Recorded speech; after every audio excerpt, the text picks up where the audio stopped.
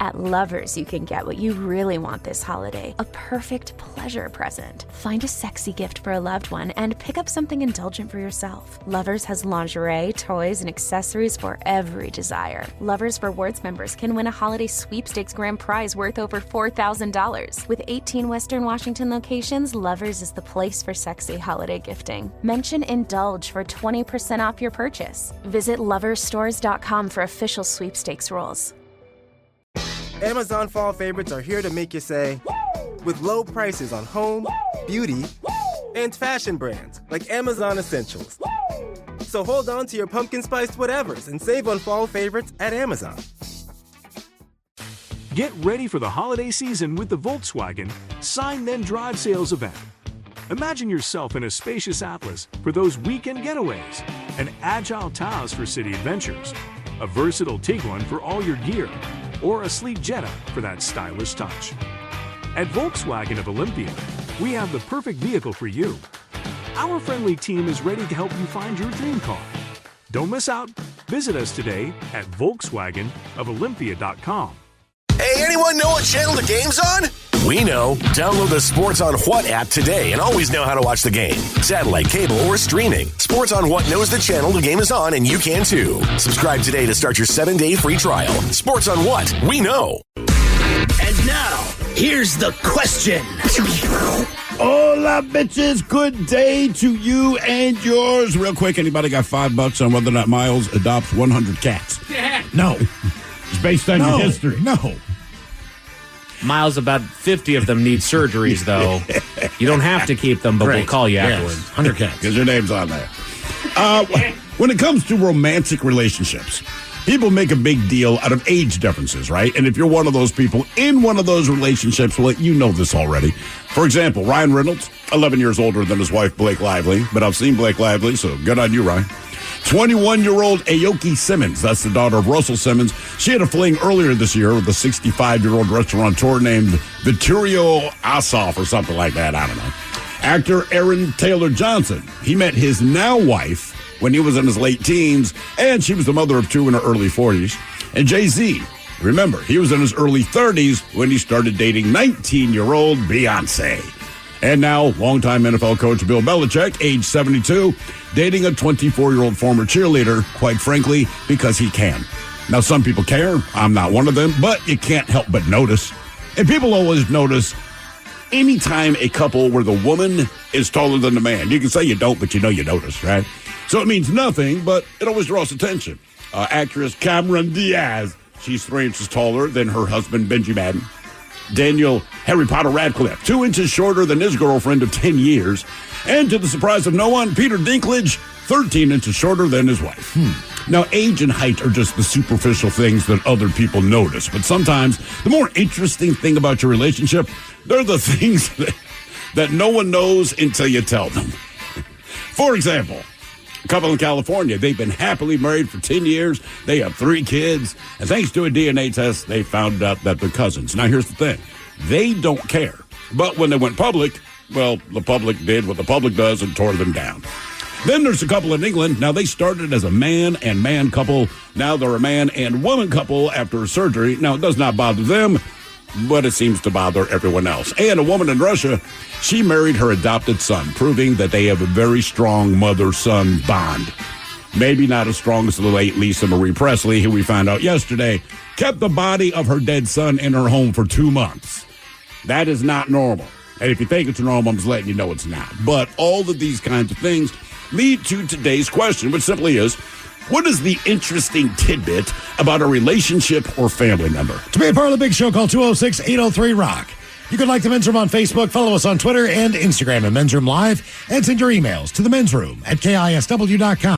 At Lovers, you can get what you really want this holiday, a perfect pleasure present. Find a sexy gift for a loved one and pick up something indulgent for yourself. Lovers has lingerie, toys, and accessories for every desire. Lovers Rewards members can win a holiday sweepstakes grand prize worth over $4,000. With 18 Western Washington locations, Lovers is the place for sexy holiday gifting. Mention Indulge for 20% off your purchase. Visit loversstores.com for official sweepstakes rules. Early holiday deals are here, and so are amazing deals at Amazon. You'll save so much on early holiday gifts for the kitchen, like appliances and cookware.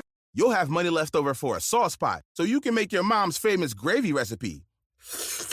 Yuck. Or at least try to. Or that cutting board for the ultimate holiday party buffet. Is that a charcuterie pyramid? Oh, what fun it is to save. Shop early holiday deals now. Meet the Bed by Thuma, the perfect platform bed frame. Thoughtfully handcrafted from upcycled wood, the bed is strong, backed by a lifetime warranty, and ships directly to your door. Assembly takes 5 minutes, no tools needed. To get $25 towards the bed, go to thuma.co. That's THUMA.co to receive $25 off your purchase of the bed. Shop the bed at thuma.co. The debauchery rolls on. You're listening to The Men's Room with Miles and Thrill. 99.9 KISW. Oh, Charles, away we go. Welcome to season 19, episode number 4194. What a large and a charge program we have for you today. Guaranteed future repeat with the exciting return of Who Sucks Less.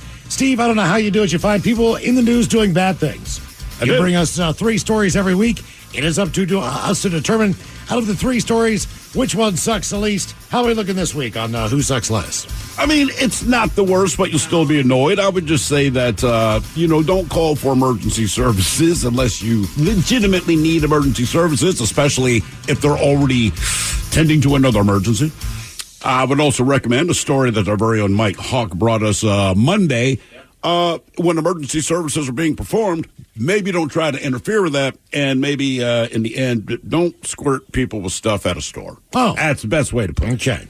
Who Sucks Less is coming up. Also, some updated locations on the Men's Room IPA from Black Raven Brewing. Thank you for continuing to take pictures when you see the beer, whether it's on draft or in a can or at your favorite convenience store, grocery store. We will continue to spread the word. We do have a partial list of locations at KISW.com. Happy to get one yesterday from someone who went to the Kraken home opener. Oh, yeah. That the Men's Room IPA in the bright yellow can is available at Climate Pledge Arena. Yes, indeed. Which is very cool. If you're heading down for any of the events down there, concerts, hockey, whatever it is, the beer is there. So it will be there. You can get it in the bright yellow can and take it down to your seat. Globetrotters. Enjoy. Yeah. Oh, yeah, Globetrotters. Why not? They're coming back around. They come every year, usually in January, February. Oh, yeah? Yeah. I have to keep track of that. My kids have never seen the Globetrotters, but I'm sure they appreciate it. Well, my son would appreciate it. It's got to be entertaining as hell. I went when I was a kid, and it was like the greatest memory I have. It is still awesome. Yeah, I believe it. I ran into Joe Dredd. Oh, yeah? Yeah. Huh. Okay. Did he have kids with him, or he's just there? He was just there. Yeah, that's what I'm saying. He's a kid. I mean, wait, he was like, dude, this is great. I was like, I told you. Yeah.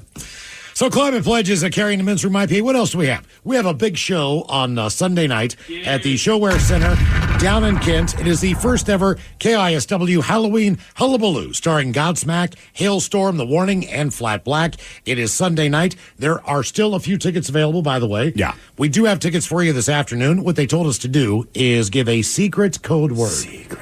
And when you hear that code word, you text it to 206-803-ROCK. Now, what they said was pick a random time, give that word, and then you'll text in. We've determined today's time is going to be around 4:20. 4:20. We'll give you the secret word. Text that to 206-803-ROCK. That's thinking. If you don't think you can win the damn things, just go to KISW.com. It is the first big Halloween party of October. So dress in costumes. It's going to be a great night. We hope to see you down there. We've got our costumes ready to rock. And it's going to be mine tomorrow. I know Ted tried his on earlier today. Yeah. It is something. We tried to finagle a day off there on Monday with Castle, but he says, no, I want you in here. I want you hungover. I want people to feel the pain that you put yourself through on Sunday night. You will. You can hear it on these very airwaves on Monday. So be a part of that party and join us Sunday night, KISW.com. But yeah, we are working Monday, folks. Yes, indeed. Yeah. So just understand that. And everyone's like, well, you can always not drink. And we're like, no, that's not going to happen. We're going to get S-face. This is what we do. Why do we have to be there so early, we asked. Mike says so they can control how much you drink. Yeah. All the things. My response directly was they cannot control that. Yes, it was. Yes, that's just a flat, plain it's a statement. concert. What do you mean? Yeah. I'm getting It's low. like Live Day. We got to do something. Yeah, exactly. I'm not playing. We're working. Godsmack's playing. We're working. I've already blacked out, Mike. Well, no, I'm not working. I'm drinking and partying. We're working with my workmates. What do you mean? This is how to me, it's like a Christmas party, right? The corporate Christmas party. Like, yes, my boss is standing right there. There are my coworkers. There's all these people. I'm still drinking. I'm not working just because you're there. So when we go to it's a concert. I'm not playing that night. I'm not even a roadie. I'm not doing lights. I'm not running sound. I'm not checking tickets. I'm not working security. I'm bringing my ass there and I'm drinking. And they have said over and over again, they understand you're going to drink. They just want to make sure that you don't just fall all over yourself up on the stage. And you know why they keep saying it over and over again? Because you do. Right. There's plenty of people there. Why is this still a discussion? I end up in the office. You trying to tell me that that's perfect? There's not one member of this air staff that's able to get up there and do that stuff? It's supposed to be you. Oh, I know that. You're working. Okay. I feel differently about that. Yeah. I hear you, and you make a fine argument. Oh, my God. I'm not feeling your vibe on that. I'm going to play this clip in my defense when I'm in the office on Monday. Don't you get paid when you work, typically? You don't see that in your check? No. Oh. Yeah, work that out. Yeah. If you want me to stay sober, pay me. How about that? Give me $7 for every beer I don't drink. That's right. Yeah, exactly. You're right. If a beer averages $7, you give me $7 every time I don't cash get a beer. on every top of the hour in my hand. I didn't get a beer. I want $7. I'm working with a pocket full of money. Hey, I was going to put the top dollar shop there, No, so I want the $35 that was going to cost. It's going to be a great show, and good news. I believe the first band goes on around 6:00. So the show's going to start within a reasonable time for those of you who've got to work on a Monday morning. So it's not going to be the latest show ever. So just know that. And that's an incredible venue. We've never been down there before. Not in official capacity. Yes, I've been there before, but not with KISW. Even though we're not working. But yeah, we will be there. Yeah, we will. Someone here on the text line says, it could be worse. You could be Taryn and Steve. Oh, could we? Well, could we be Taryn and Steve that Monday? After the Godsmack, huh? Okay. Yeah. But they're just You're right. fine. We could be them. We could be not. them. Yes. What a crock. Yeah. What an absolute crock. You're so right. We could be them. I am right now Googling bars in Kent just to make sure I know. Oh, there's a few. What is in walking distance? I've heard that about Kent. Yeah. There's a couple right across the street that's good to pregame hockey games at. I've heard. You can go to the Pony Keg, go to Bubba's, go to Gators. There's a whole lot of spots down there. And I also Gators. says, Yeah. says Thrill, you should get S-Face just to spite Mike. I don't get S-Face out of spite. And it's not to spite me. It is not to spite Mike at all. It's my uncontrollable lust for alcohol when it is around me. And good news, any trouble, the jail's right across the street. It all works out, man. If it really gets out of hand. I mean, directly across the And street. I'll be off Monday. Bill Cass, hey, man, I'm in jail for that thing I did that you told me not to do. Hey. 4:20 is the time. We will give you the code word, and you text that code word. Hey, you think I'll be dressed in jail? I want that mugshot. If I get arrested, that mugshot Yeah, is Ted's in classic. jail. Well, we can't tell. I'm not I'm telling out you. of jail. You got to go way out of your way to get arrested at our own events. It can be done. Or it can be done. History has shown us. It was almost done one time in Baltimore. You were almost arrested at your own event in Baltimore. I was almost Yes, arrested. I was almost he was. shot, dude. He Yeah. was. They're Honestly, Miles, I wasn't talking about us. Somebody else we used to work with. Oh, I know. Okay. Who almost got arrested in White River. Yeah. Oh, no kidding. Yeah. Oh, yeah. Oh, wow. So we turned around at this event in Baltimore or in downtown, and Steve got on a megaphone and started screaming. We were mad at the boss. The boss was a complete It was a douchebag. huge Like ass that. concrete patio thing, right? and we're echoing this concrete chamber downtown, and it's just echoing throughout. We have no idea how this is carrying, but it is to the point where someone called and said, "Hey, man, I think there's a riot going on down there." So who shows up? Dudes with shields. Guys with shields and helmets on. They look like stormtroopers. I didn't even see him at first, so I'm just out there. Exactly. And then they walked up and like, "Are you okay?" And then he just went, "Oh, yeah. Yeah, my man. bad, dude. I I'm didn't just know you were angry there." at the boss." They went, "Oh, you're angry at the boss, huh?" Ryan Castle joining us in studio. Yes, he is. Are you guys still bitching because you have to work on Monday? Not at all. That is correct, yeah. Not at all. You start work at 2 p.m. But we get in early. You know that. You don't get in early. I get it. Steve and Taryn get in early. Your show starts at 10. We get in I mean, as you your have show to. begins. Right. Right? Right. Imagine That's somebody early when you're hungover. Imagine the people It's that even listen to this earlier show when you're still that drunk. have real jobs listening to you crybabies bitch about the fact that you can't get hammered and have to show up for work on Monday. Boo effing who. If I don't get in here at 10, how am I not supposed to? I need my daily dose of Lenny Kravitz, man. I got to listen to the show every day, so I get in here at 10 a.m. so I can start doing my show prep. You know I got you, brother. Thanks, man. I did enjoy the nookie today. You know what? He's on fire. too. He's on fire. Mr. Brownstone, Paradise City. We never get to play any of that. Yeah. Boo-hoo. Yeah, we want to play Guns N' Roses. You have it so hard. But you misunderstood what we're saying. How do you get through you a are day? boo-hooing because you can't get drunk and have to come on Monday. All we said is we're going to get drunk. The part that sucks have every is coming in Monday. I guess who else is going to get drunk on Sunday? This guy. Hey, if you call out. Maybe we can change the time on the bus. Maybe make a little pit stop before we get there. If you know Oh, sure, we can do that. Yeah. No, I'm not kidding. Well, why don't you make a pit stop before you come down here, before we get on the bus? He's going to. Well, I'm not. No, I'm not doing that. I'm going to be responsible. I'm taking the BS. bus. I'm taking the bus. You know what I mean? Your idea of responsible is putting your seatbelt on when you drive. Well, that is responsible. Yes. What are we bringing on the bus? That's it. I Like bare minimum. Depends on where we stop. Yeah. Okay. All right. All right, but you hang in there. Thanks, man. We got Lenny Kravitz coming up in minutes. 4:20 is the time on the secret word. And again, just text that to 206-803-ROCK. And if you do not have tickets, KISW.com. Hey, Castle, how many are left? Seriously. We got like 50? How many tickets are left in this? More than that, but I wouldn't mess around. Okay. Don't mess around. There's more than that, right? Don't mess right. around. If you wanted tickets, go buy the tickets. Okay. All right. KISW.com. That's the. Someone else says, hey, Kent Station, right across the street, several restaurants, all of them have bars. Yeah. Oh, really? Good looking out. We went to the Ram before a hockey game. I was going to say, I've drank in that Ram a bunch Oh, there's of a times. Ram down there? Yes. Oh, I love a Ram. That potato skin. Guess where we'll be? Yeah, Ram's great. Just going to Ram's one about over to be descended upon.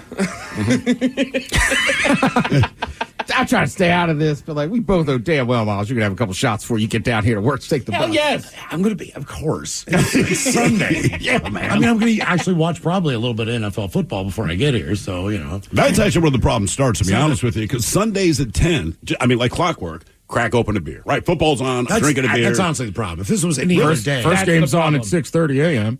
Well, I'm not doing that. At 10, yeah, they're doing London another game. London Another game. London game. Sorry for the teams that play in London. Yeah, 6:30, that's a bit. But if I did get up for that game, I'm cracking a beer at 6:30. Yeah.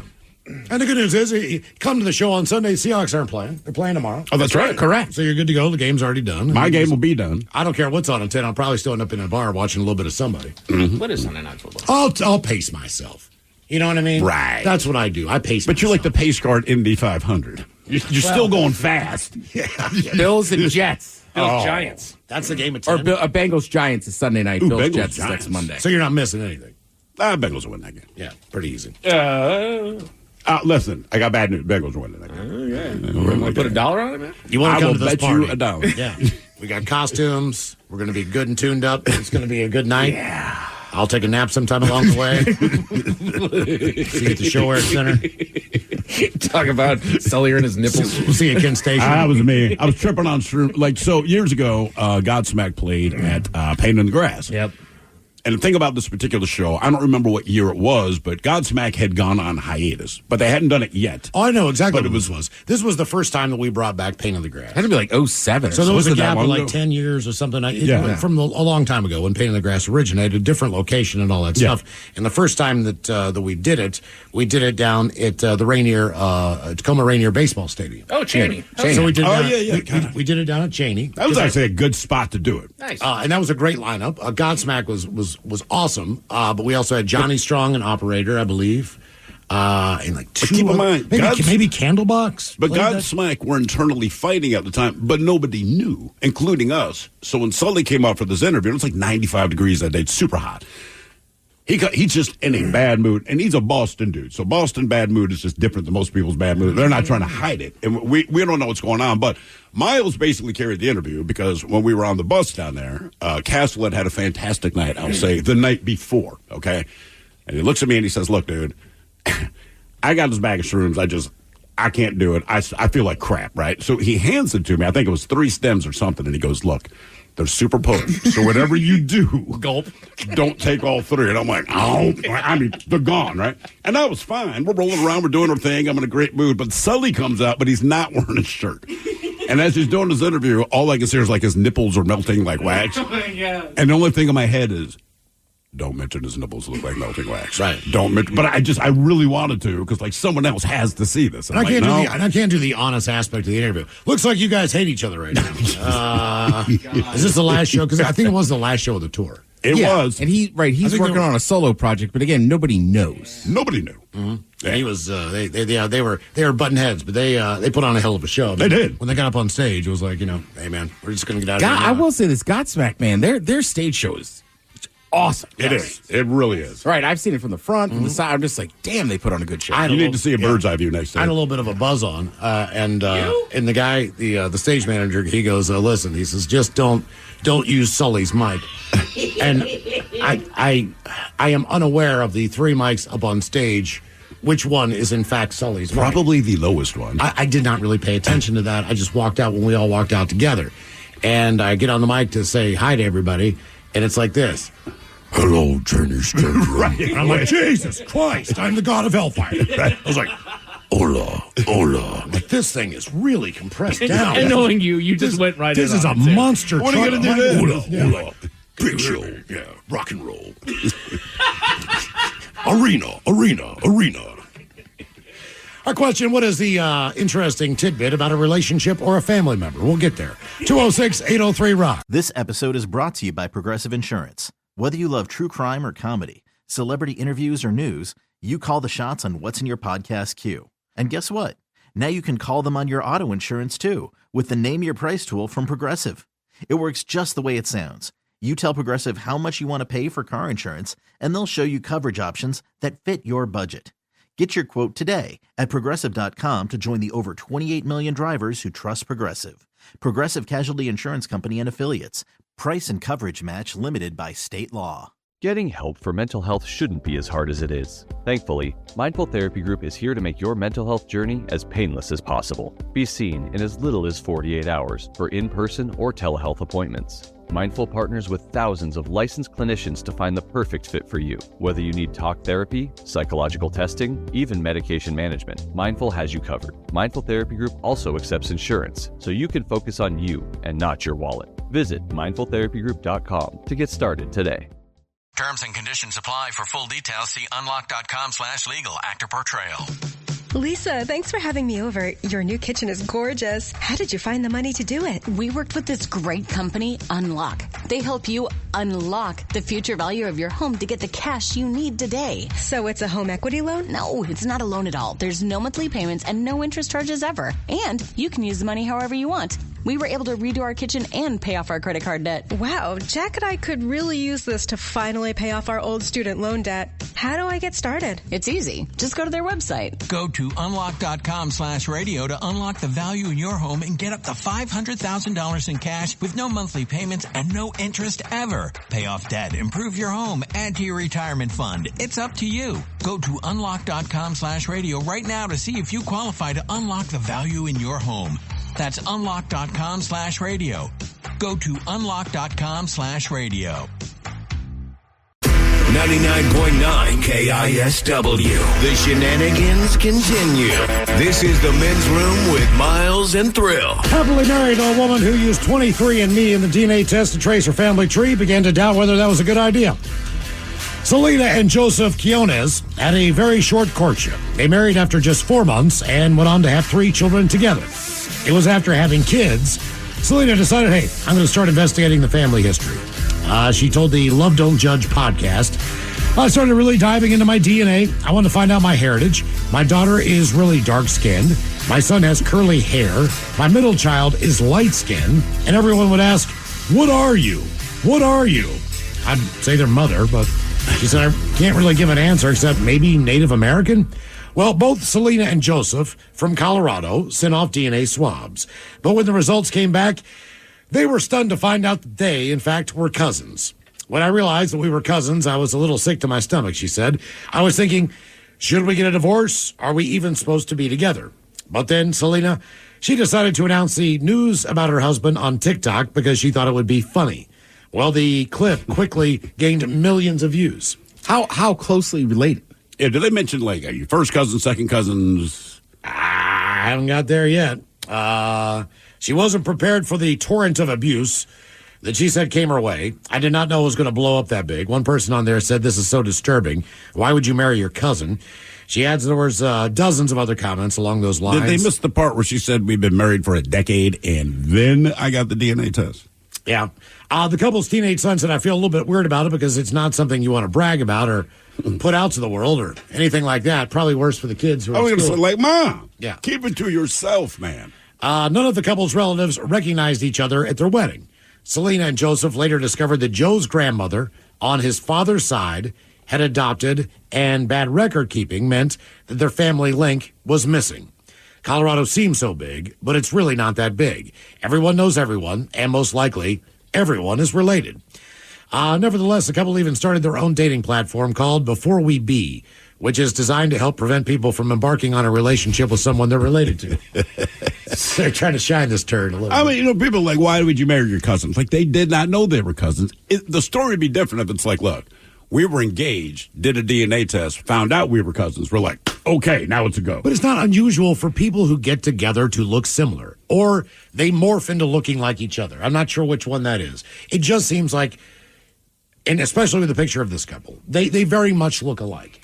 So does that mean? I mean, they do, but would you have thought that if they walked into a bar, right, and sat down next to you and you're engaging them in conversation, would you have thought that they're related? I would not. Like, people say they look alike, and I'm looking at the picture. Well, I would assume they look alike because you told me they look alike, so I'm looking for those similarities. But when I first looked at the picture, before I read the story, it wouldn't have crossed my mind. I'm just assuming they vetted that, like anybody else. What do you mean? Well, you know your family. Obviously. Most people know their family. In sure. a lot of instances, like in this instance, you don't know your family because you have an adoption going on and no real birth records and all those things. But I still wouldn't think that this is my cousin. That just would not be the top thought of my mind unless I looked at this person and there was a striking resemblance. Like, okay, wait a minute, hold on. Your cousin was Miss Universe? Miss USA? Miss America? Miss USA. Okay. You meet her in a bar. Mm-hmm. You don't know that she's your cousin. I would know she's related to me somehow. I would immediately ask because she looks, with the exception of the mustache, beard, and bald head, looks very much like my father. And so for me, would you say you look like my dad? To Miss America? Miss USA. Miss USA. Yeah, because, I mean, it's a stunning resemblance for me, right? But it's different just because, obviously, I've known my dad for my entire life. But okay. And it's weird, all right? So she won Miss USA, so she's not ugly. I recognize the people are like, hey, she's attractive. I'm sure she is. It's all I see is my dad in drag. I just see my dad wearing a wig. Obviously, he's lost a lot of weight, but all right. I understand she's good looking, but I have a different cousin who, after you say we look alike, we could stare in the mirror and find it. But if I met her at the bar, I wouldn't even think to ask. Okay, all right. I really wouldn't. I'm with throw. Like, I'm looking at the photos. Like, I wouldn't, if they just walked in, I wouldn't say, oh, they're related. Yeah. At all. I mean, once you say, oh, they look alike, well, if I'm staring you down, I can see this part of your bone structure is the same. But if I talk to them for 2 hours, I don't think it ever would have crossed my mind. Like, are you guys related by blood? It just wouldn't. Yeah. Well, I mean, you don't look a whole lot like your brother. I don't think I do, but everyone else tells me that we do. Neither of us see it. I don't think so. But yeah, I mean, I don't think so. I do. Really? Yeah, like on Sunday. You look like your brother, Chris. Well, me and my fortunate for the women in my family, the Smiths look a lot alike. All right, but you see me and my brother looking alike. I just like don't on Sunday. I mean, I was in a room full of 15, 20 people and watching Red Zone, and he popped up. There's Thrills, brother.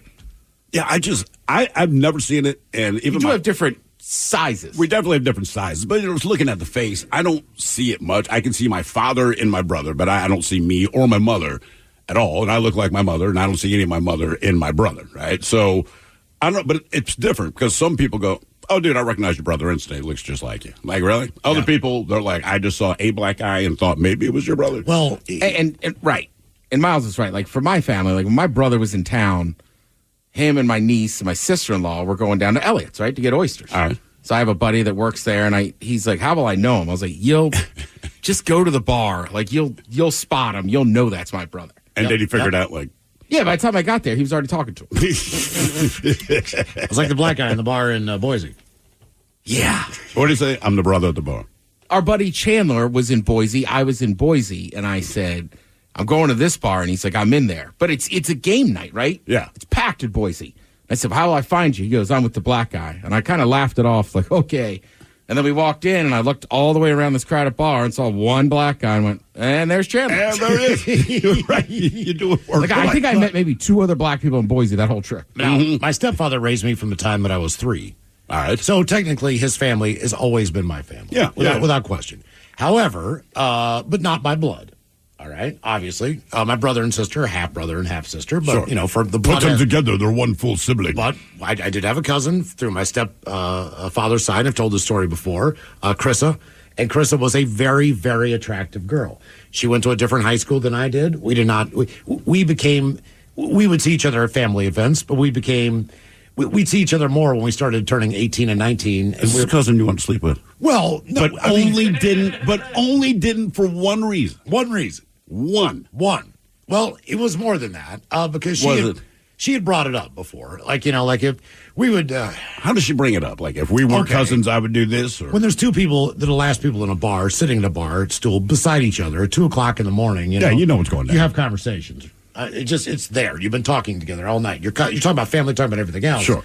But at the same point in time, I thought she was just absolutely beautiful. I don't know what she thought of me, but at one point in time, it did kind of. The subject was broached. Then she thought you were attractive as well. I said, look, man. I said we can't do this because we live in West Virginia, and that was basically it. I'm like, but there's no blood relation. There's not. It's the point. I'm shocked you turned it down. All of the jokes about being inbred, about having sex with your sister, your cousin, you're smashing your sister's cigarette pack while you're having sex with her. All the jokes you get when you're from West Virginia, they're just a lot at that age. So the last thing I wanted to do was in any way, shape, or form fall into the stereotype that I'd been given from everybody outside of the. But this is a non-blood. Like you basically were given an out. So it's like God said, we know the stereotype of West Virginia. It's my fault. But here you go. You're not actually blood related. Miles, take your shot, man. But this is like, okay, like if somebody was adopted, they're still a family member. Sure. Yeah. And like back to, my stepfather raised me since I was 3 years old. These are the family people that I grew up with my entire life. So when they're still in my mind. Right. You are related. I get family. I get it. But let me ask you this: where you're at in your life now, this far down the road, not in West Virginia. Don't think that I haven't Googled. About to say, do you regret? Don't think that I haven't. Do you Googled regret not going on the green light? I just don't know what her married name is, so I can't find it. Do you regret? Google her. I'm pretty sure she's in Florida in the eye of this hurricane that's coming in. I mean, in Miles' defense, again, I have cousins, right? We're related through fathers. Sure. Yeah. Right? So my aunt is no blood relation to me. So they're cousins on the other side. There is 0 blood relation. Mm-hmm. One of the weddings, I got very close, but kind of like Miles, the last minute I was like, I don't know. It just feels odd. It's like a mental block. Because your whole family's there. Correct. And like we always called them cousins as well. Because they're cousins. They're just not blood related. Right. So she's technically my cousin through marriage. Right. We're not blood related by any shape or form. I mean, if you just saw how good looking she was, you would respect the fact. Absolutely, that I was able. And I do, buddy. I really do. And I understand why you did that in the moment. I'm saying now, here in the future, do you regret it? Of course I do. Hey, look, this was kind of. You could bitch slap your old self and say, "Do it." This is a sex with the lights on opportunity. You know what I mean? No, we're leaving the lights on. I am looking. I am watching this. This is not turn out the lights and make love. I'm watching every single minute of this. This is pure sex. I want to be very clear. Right. There's no romance. This is sex. I might not ever have sex with anyone as good looking as you ever. So I really need to see what's going on down there. As far as me and my brother, some people are checking in. It says, I definitely see the resemblance between Adrian and Thrill. Look, I'm glad you do. I just don't. Just looked at Adrian, and yes, minus the facial hair and glasses, y'all look alike. Then here's an interesting take on it. It says, Steve, you only look like your brother when he has an angry face. Both of your normal and happy faces are different. I mean... You do smile. I just don't know that I would use the term Steve Thrill Hill and happy face. Yeah, that's the thing. I would never say Adrian Hill and angry face. Right. He doesn't really get an angry face. No. I don't really have a happy face. I think sometimes he just looks frustrated. Sure. Just like any normal ref would, just because something's going on in the game. We're just like, come on. You know, the one that blows my mind is just looking at my daughter, right? And she is nothing like her grandfather, but There's certain mannerisms and facial expressions she makes, and I'm like, I'm talking to my father. Oh, yeah. My daughter looks just like my mother. Oh, really? Oh, my God. They look identical. Is that weird? Yes. Yes, it's real weird. It seems to skip generations, though. Sometimes she acts like her. And I'm just like, shut up. Don't act like my mother. Because there's oftentimes I've seen, like, I know girls that look nothing like their mother, but look like spitting images of their grandmother. Of the grandmother? Yeah. Mm-hmm. What is the interesting tidbit about a relationship or a family member? 206-803-ROCK. Hello, Tina. Welcome to the men's room. Hello, gentlemen. Tina. Hello, Tina. Go ahead, Tina. So my dad's a 22-year retired Navy chief. And in 2007, long after he got out of the Navy, he was diagnosed with stage 4 squamous cell carcinoma cancer, 13% chance he beat it. He's just turned 80 last month. Oh, wow. No sign of the cancer coming back. Awesome. What is the time period? When people say they've beaten cancer, right, which obviously is a good thing, what is the time period you can officially say I've beaten it? Well, statistically, it's like 5 years. Okay. They're like, if it's not back in 5 years. And then it's been since 2007 for my dad. All right. Oh, damn. Yeah, all right. Okay. Yeah, I think he beat it. A lot of treatment involved in that, I'm assuming? Yeah, he had to go through intense chemo and radiation. He finished his last treatment Thanksgiving 2007, and not a sign of it coming back. That's awesome. That really is. I would be pretty paranoid because it's just like, you don't know when the black cloud's coming back. Because I would just assume it's going to eventually. Right, even if you say you've beaten cancer, I'm like, cool. I'm very, very happy to hear that. But yeah, you still. I'm always calling and checking on him and making sure he's okay. And like I said, he just turned 80, so. I think he's done very well. He's done better than some people who are completely healthy for their entire life. Yeah. So that's I have no vision of seeing 80, to be honest with you. Really? I just don't. I mean, I like to, but I. Where did? Yes. I think I'd still be Sprite, and I think acting. we all picture ourselves still being physically I just don't think spry. I'm going to make it to 80. So if I had to put a bet down, it's not going to be 80. If we put a bet down, I'm going to kill you at 79. Well, yes. I'm making Miles, the I money. think you'll still be golfing at 80. I sure hope Yeah, so. you know what? That's true. The way you golf, it's probably going to keep your ass alive for a long, long also, I time. want to still be the guy that now I can get up on the stage at the dance floor on the wedding and still look like I can shake it and pick up some ass today. Mm-hmm. I'm going to be that old guy. When you're that old, doesn't matter how you dance. The fact that you stood up and danced, everyone's like, all right. Yeah. Like the guy that used to run Oberto. Like Sprite, young. Arthur Berto. Yeah. Oh, yeah. God, that guy was awesome. I mean, just full of energy. Yeah. It still looked Art's like a legend. Still looked like you got, your step in you. Sure. Confident, everything else. Like, I want to be like that. But you don't even expect to make it there. Hand out pens to people. What is the interesting tidbit about a relationship or a family member? 206-803-ROCK. I love getting one every year. Yep. Hello, Casey. Welcome to the men's room. Hola, bichola. Hola. So, I have two half brothers.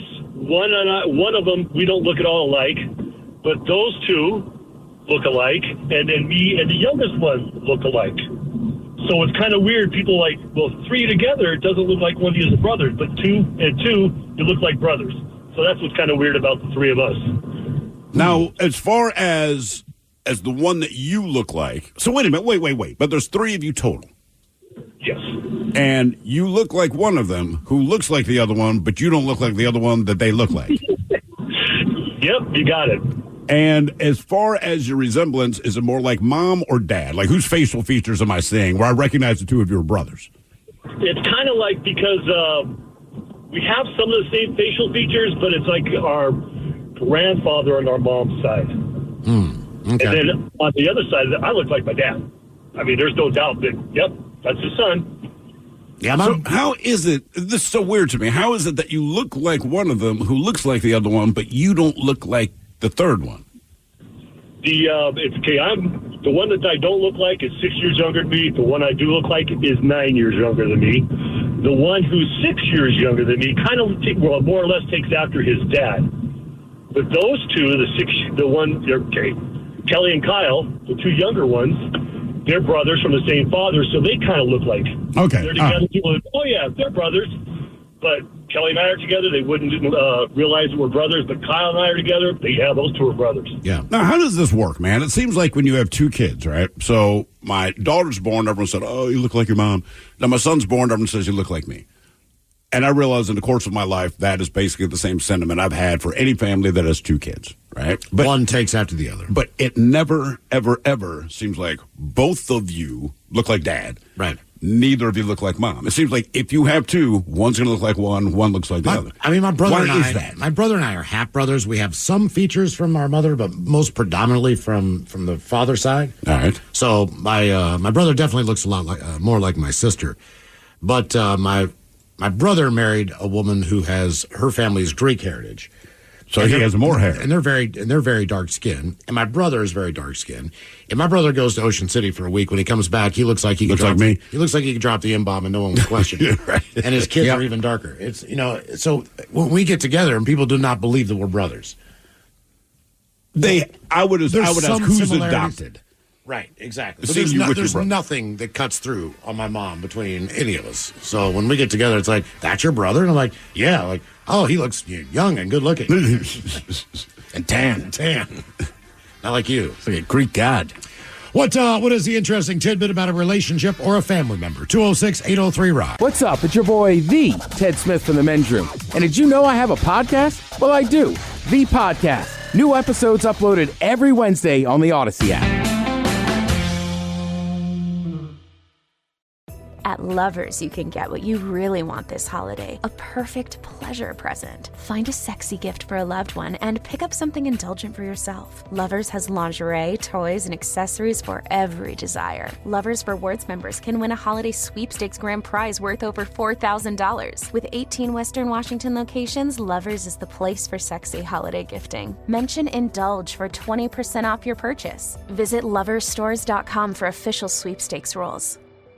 Early holiday deals are here, and so are amazing deals at Amazon. You'll save so much on early holiday gifts for the kitchen, like appliances and cookware. You'll have money left over for a sauce pot, so you can make your mom's famous gravy recipe. Yuck. Or at least try to. Or that cutting board for the ultimate holiday party buffet.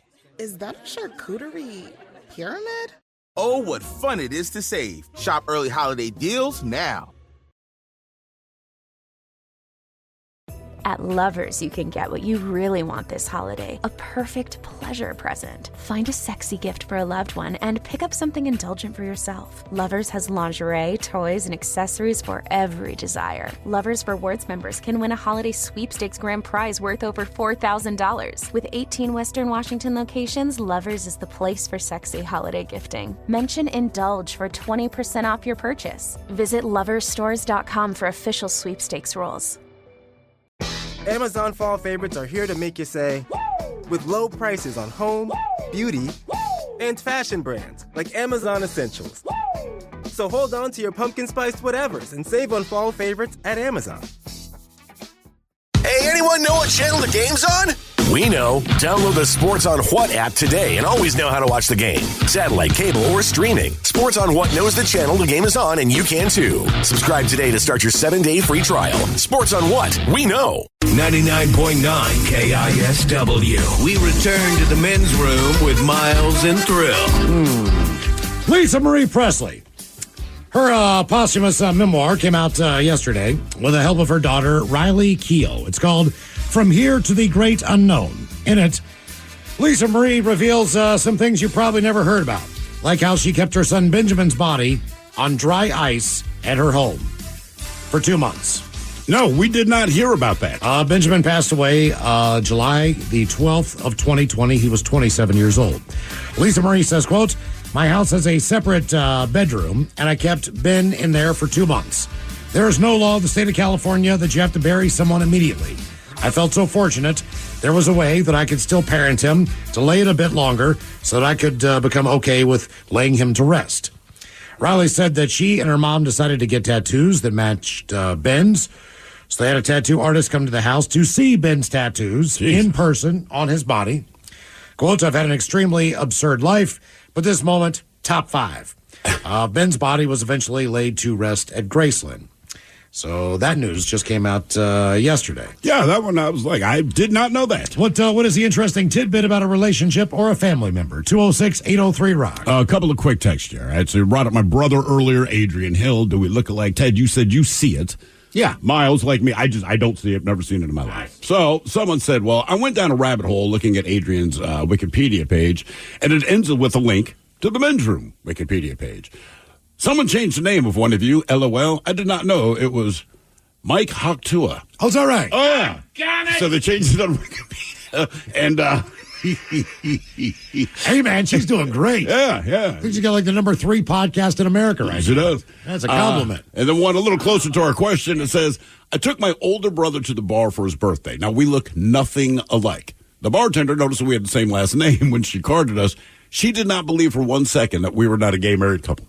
It's like, it's my brother. Like, you don't have to hide it here. It's cool, man. What is the interesting tidbit about a relationship or a family member? 206-803-ROCK.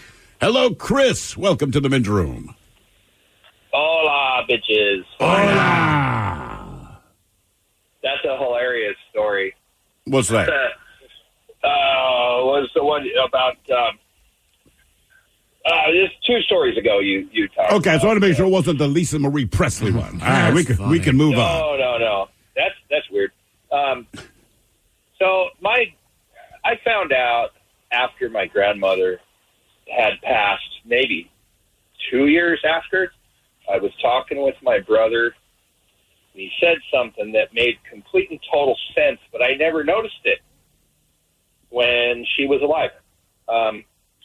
It turns out she lived a great portion of her adult life as a closeted lesbian. Now, did anyone in the family know, or she kept it that big of a secret? No, I think people probably know. I was just naive.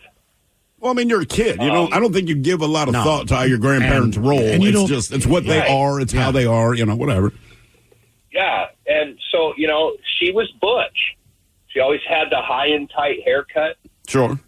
And then talking to my brother, there was this woman who was a family friend, Jean Ray.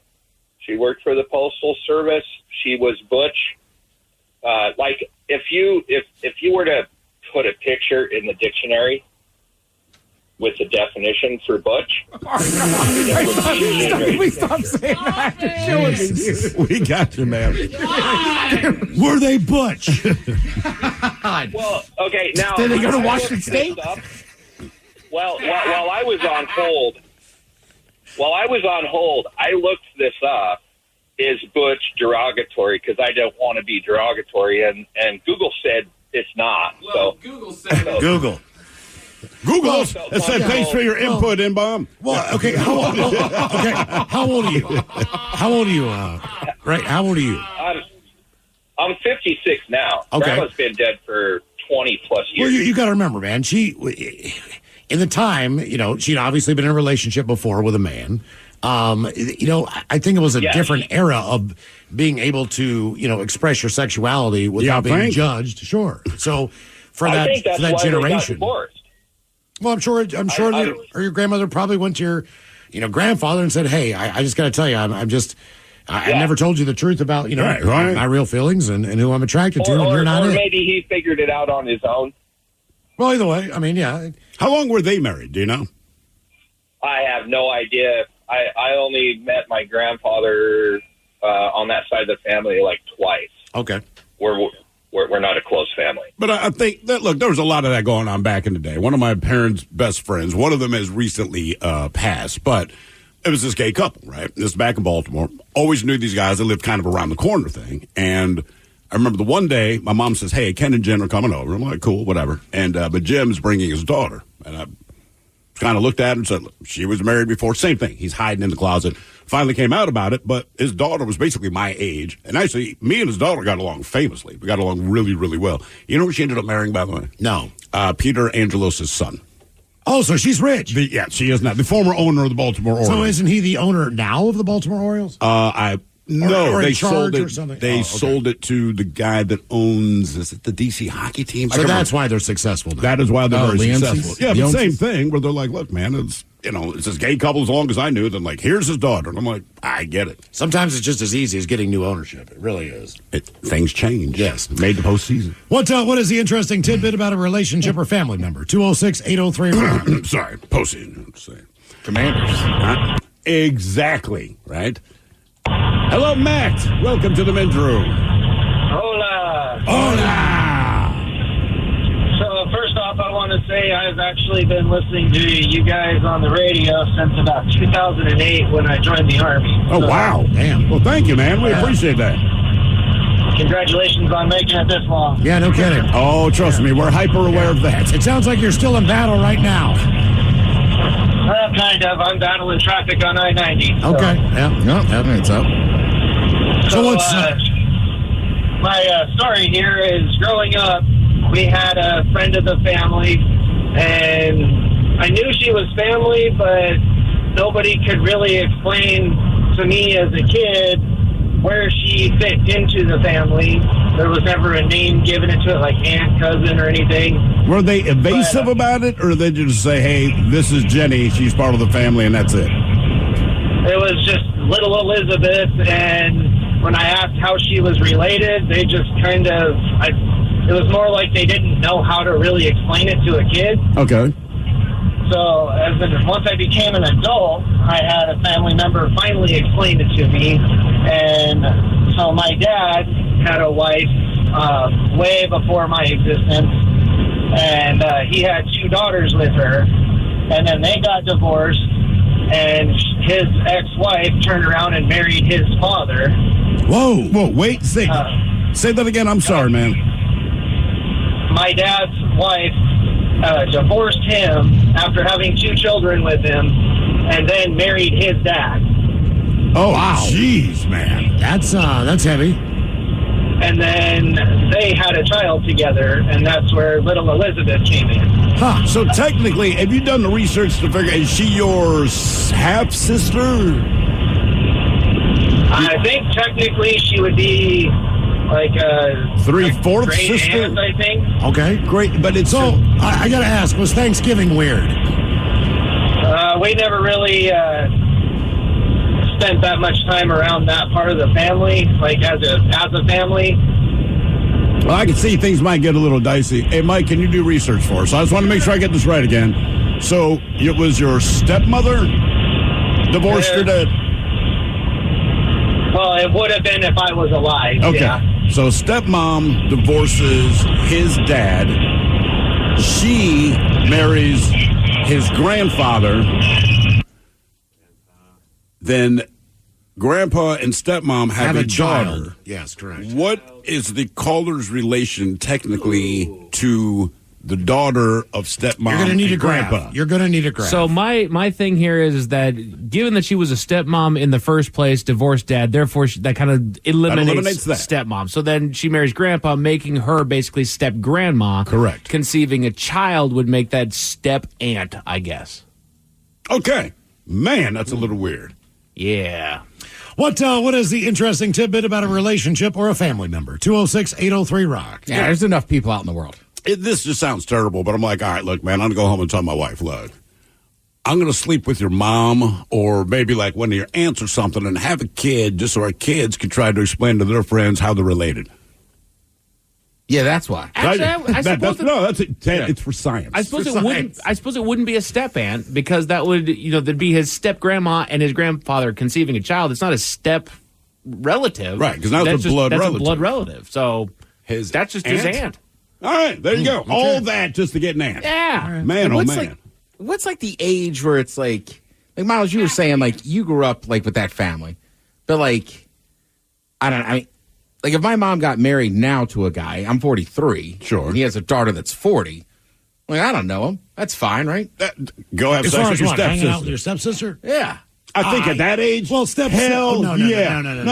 you grow up with them, it's weird.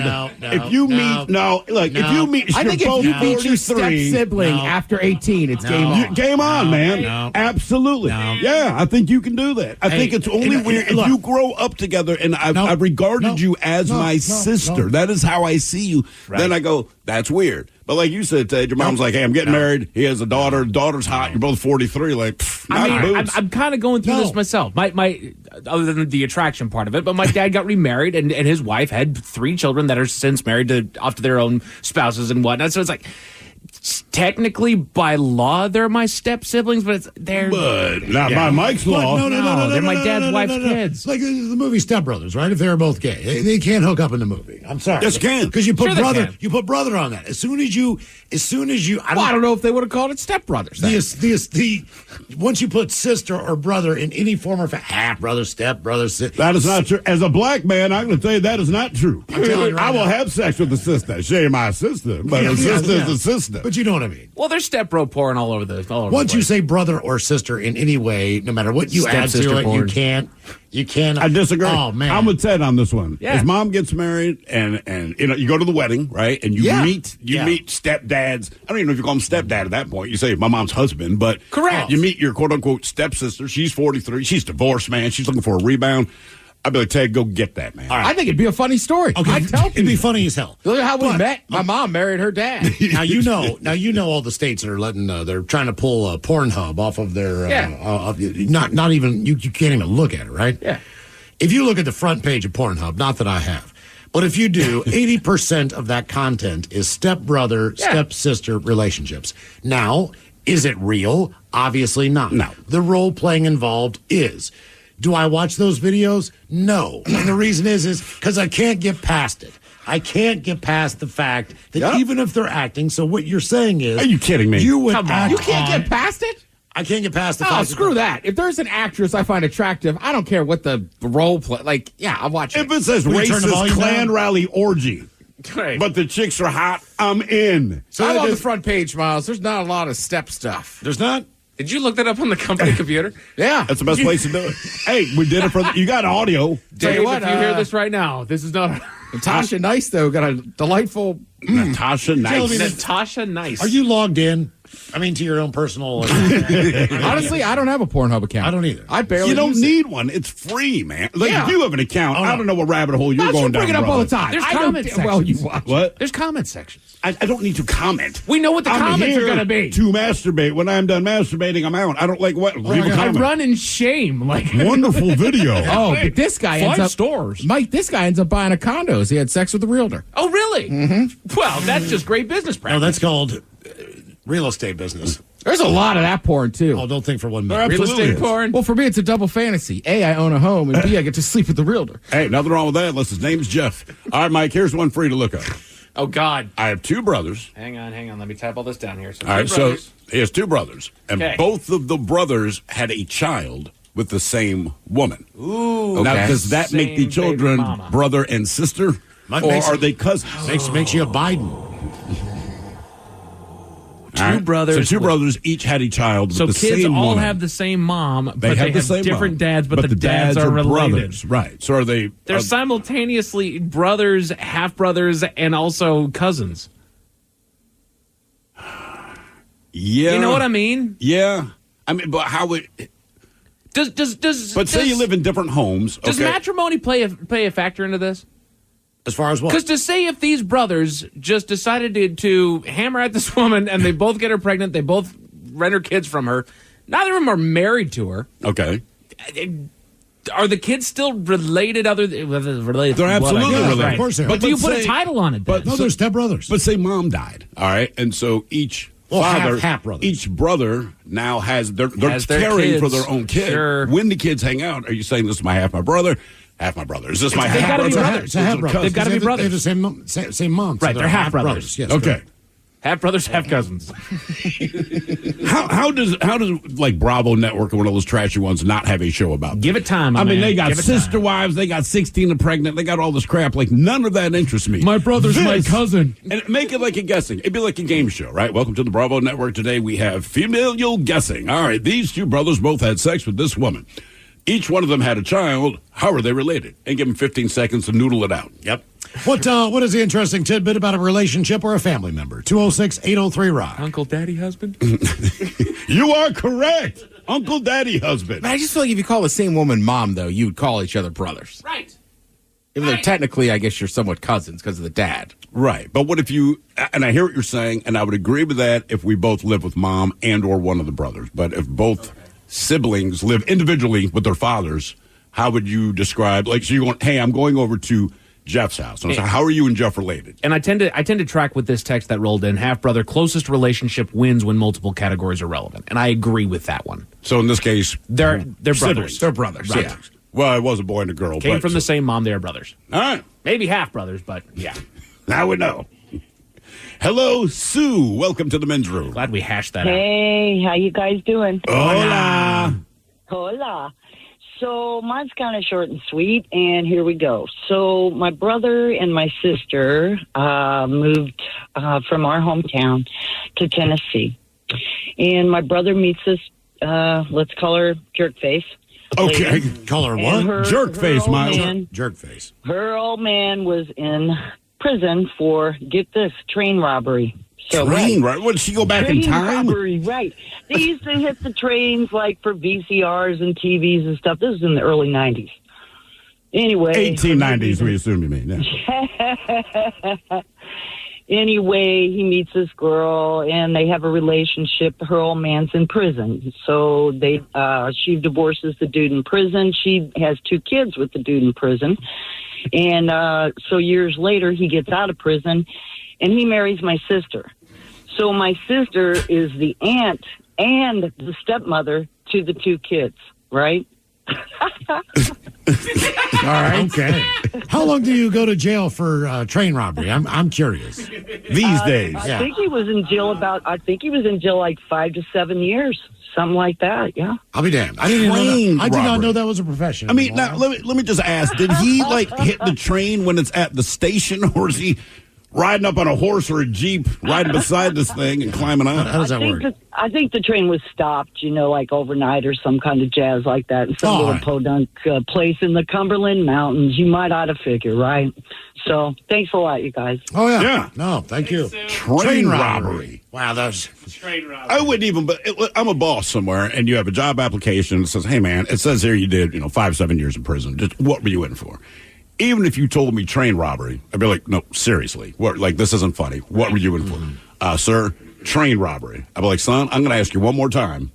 Why'd you go to jail? Doesn't the I judge, wouldn't even believe you. Isn't he required to say, dastardly or something like that? If it's train robbery, you must. What kind of shenanigans are you into, Khaki? I don't think there's an older crime than you can commit. I mean, murder. But as far But murder still happens. Like train robbery. Who the hell's right. Like robbing murder has not trains fallen anymore? out of And then he favor. died. Was he on horseback when he showed robbed. up to it? It seems like you can get robbed on a train. Sure. So I'm assuming maybe that's what they mean.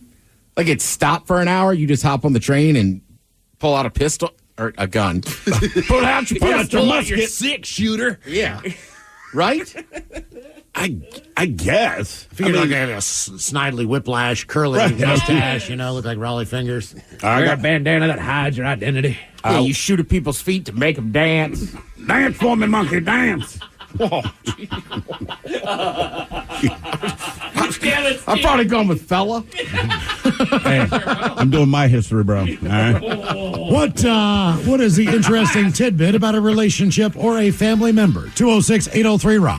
At Lovers, you can get what you really want this holiday, a perfect pleasure present. Find a sexy gift for a loved one and pick up something indulgent for yourself. Lovers has lingerie, toys, and accessories for every desire. Lovers Rewards members can win a holiday sweepstakes grand prize worth over $4,000. With 18 Western Washington locations, Lovers is the place for sexy holiday gifting. Mention Indulge for 20% off your purchase. Visit loversstores.com for official sweepstakes rules.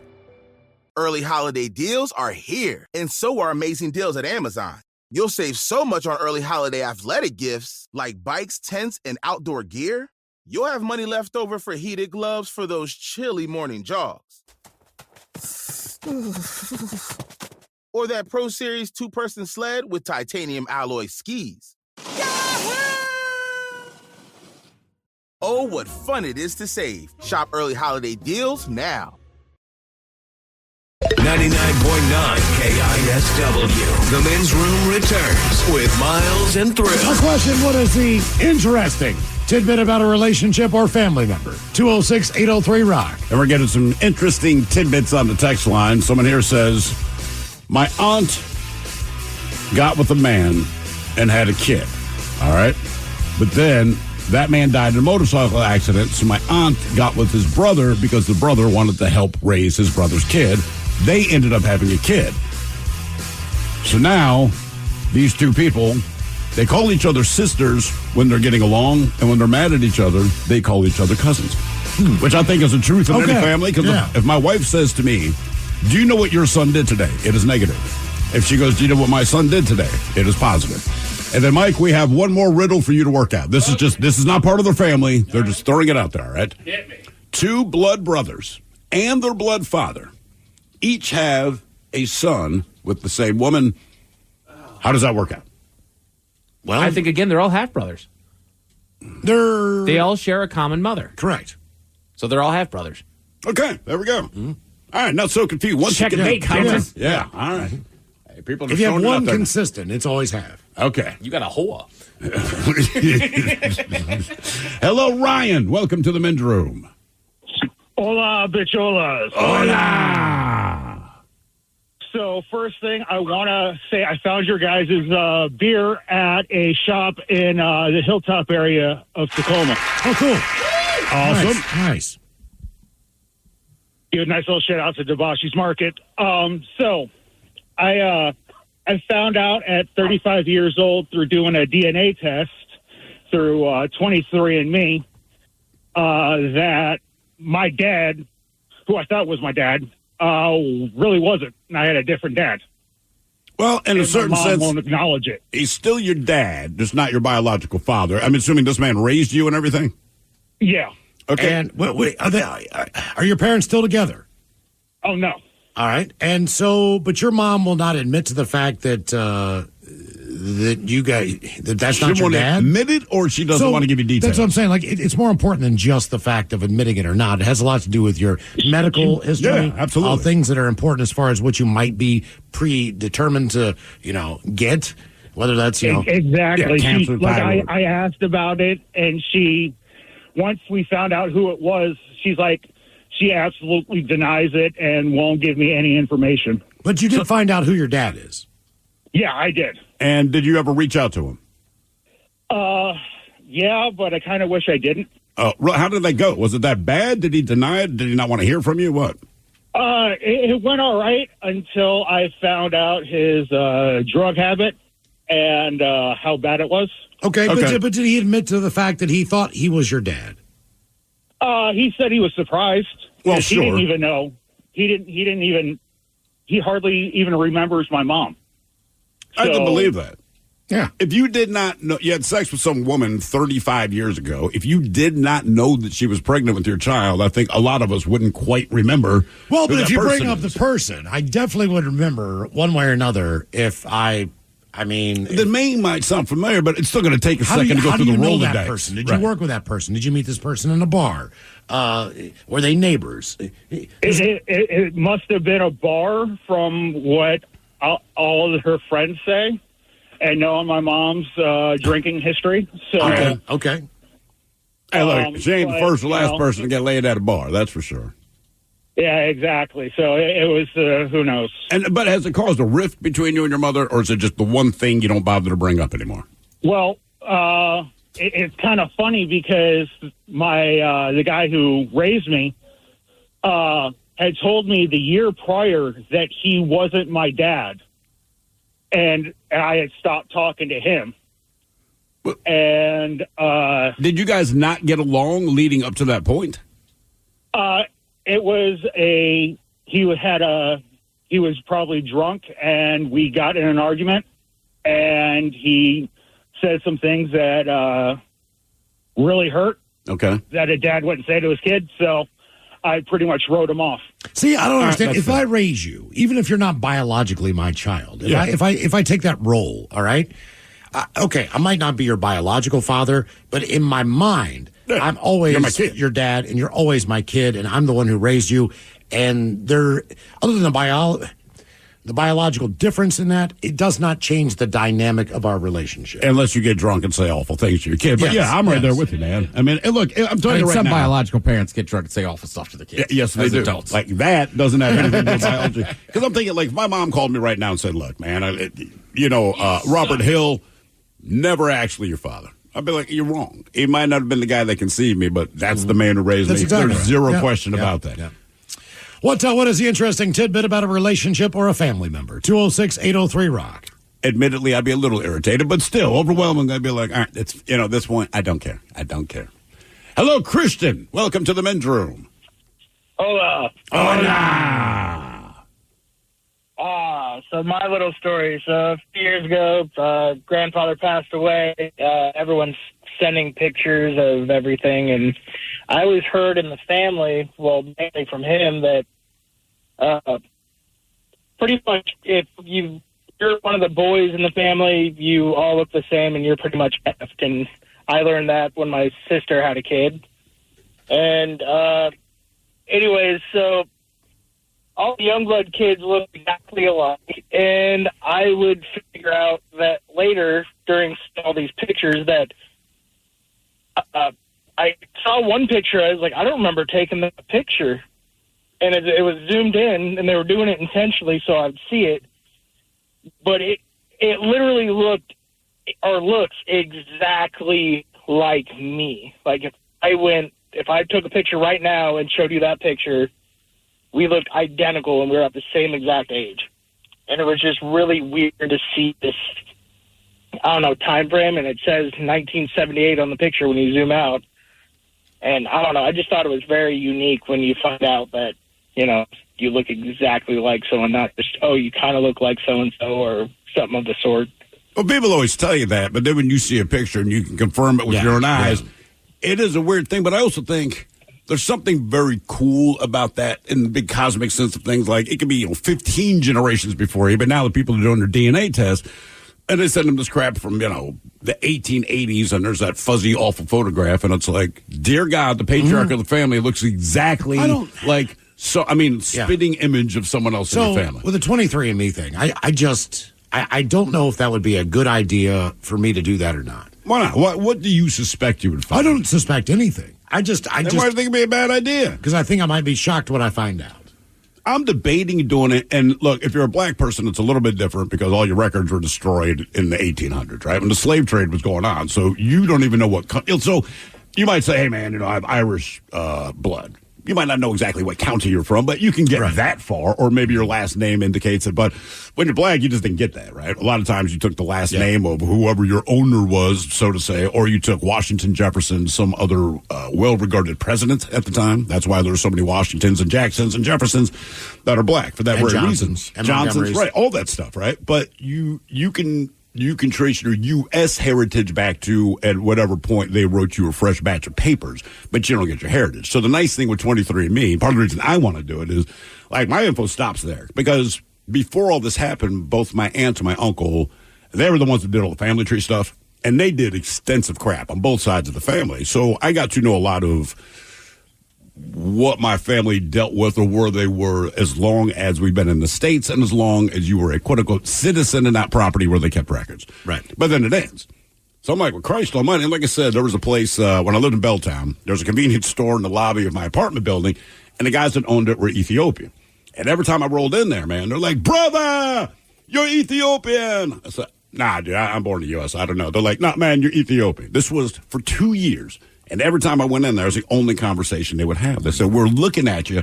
We're telling you you're Ethiopian by heritage, right? And I said, is that what your mom believes that she is? Because you look like your mother. I look just like my mom, right? I'm assuming. I'm a little prettier than she is. But we don't know. I mean, you can only speculate, and we speculate. Which also means your brother's Ethiopian, but he just doesn't have the same facial features. Doesn't have those features. Because my dad, his side has some, I don't remember if it's Cajun or Creole. One of those two. Pretty heavily involved in his mix, couple, like 2 or 3 generations back. Houston stuff. Well, that's exactly it, right? The whole Houston thing. So that was going on around there. I want to say Well, Houston and New Orleans are weirdly sister cities. They're very, very similar as far as what your lineage can be. So I want to say, like, my great-great-grandfather, I think it was, on my dad's side was some white German dude. But that's all I know. Okay. Right? And then he just got into the mix, my boy Thomas Jefferson or so. But I would like to find out, like, what my heritage is. Right. I think I would just be careful right now. They're kind of struggling, and people are worried they're selling. Maybe not 23andMe. What's the other one?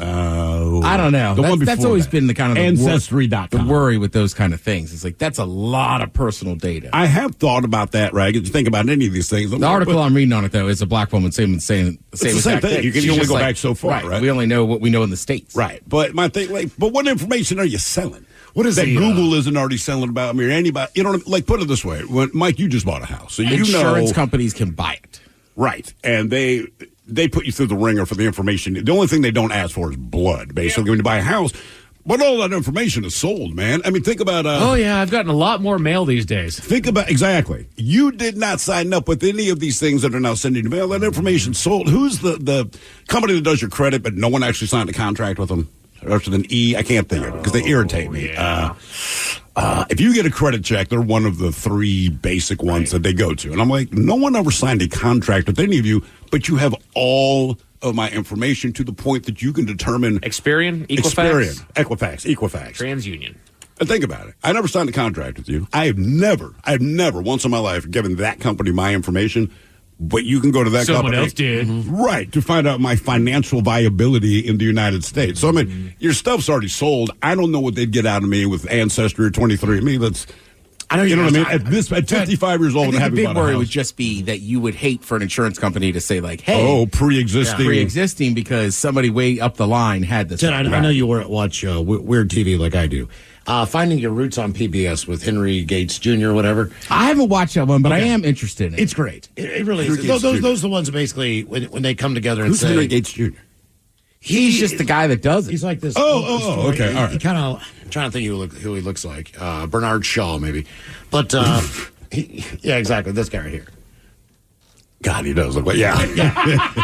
But, well, sometimes that show's bad, too. You find out you related to some really terrible people in history. Yeah, and sometimes people cannot believe they're related. It was like Larry David was related to... Was it Bernie Sanders? Bernie Sanders. But I can believe that they were related. I can, too. I mean, yeah. But the one that got me was, clearly, she was an actress or a singer or whatever the deal was.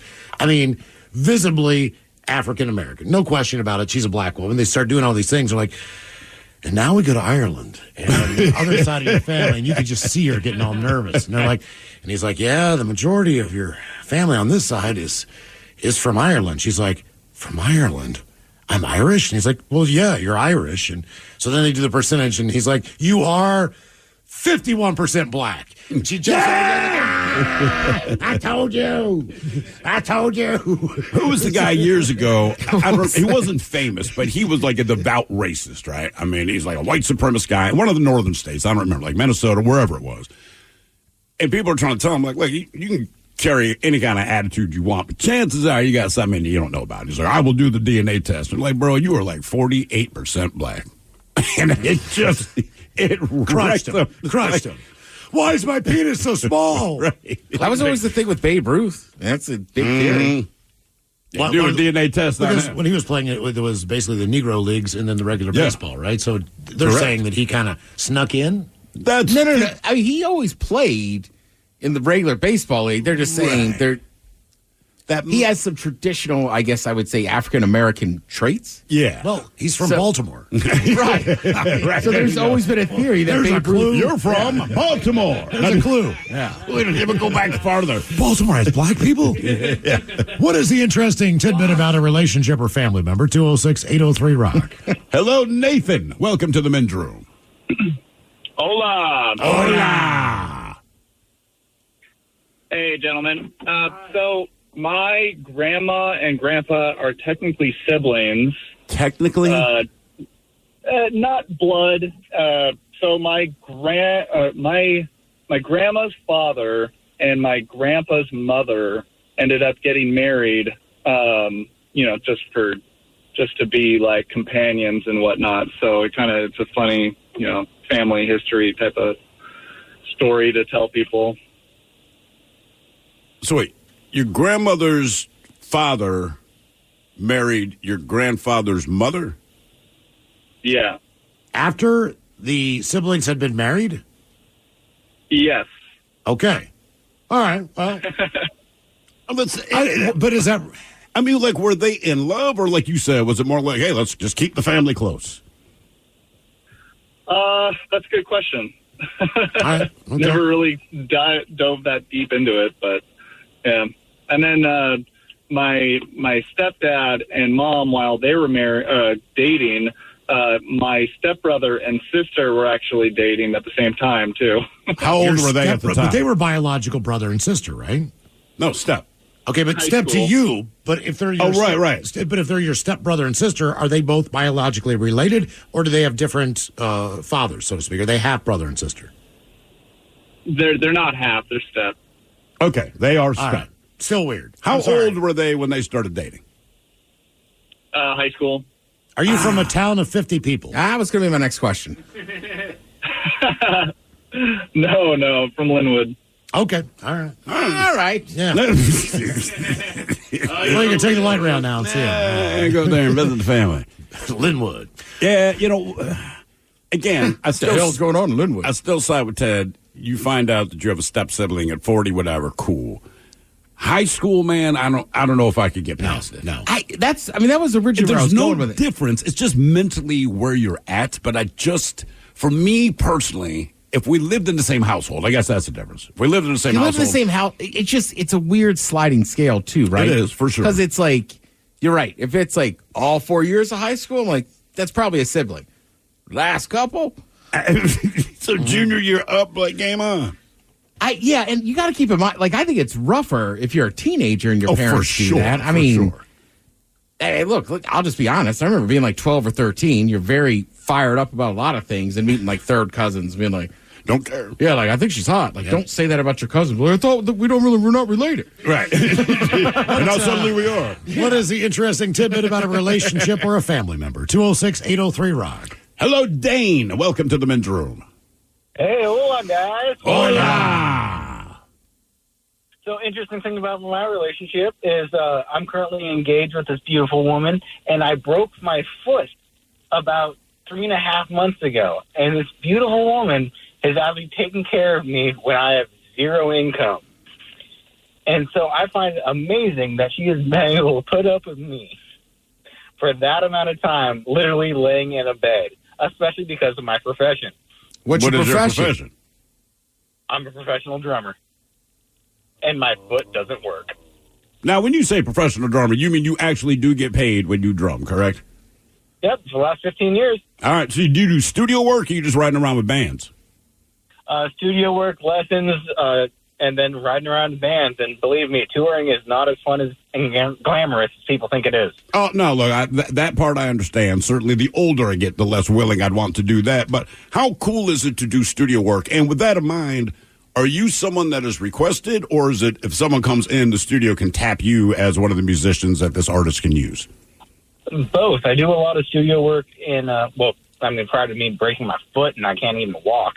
Part of that is like all of the Tacoma and Seattle area. I'd either get calls in or I'd have stuff set up with different bands. Prior to COVID, I think I was in 6 bands. All right. And you're making sustainable money doing this? Oh, yeah. I mean, it's...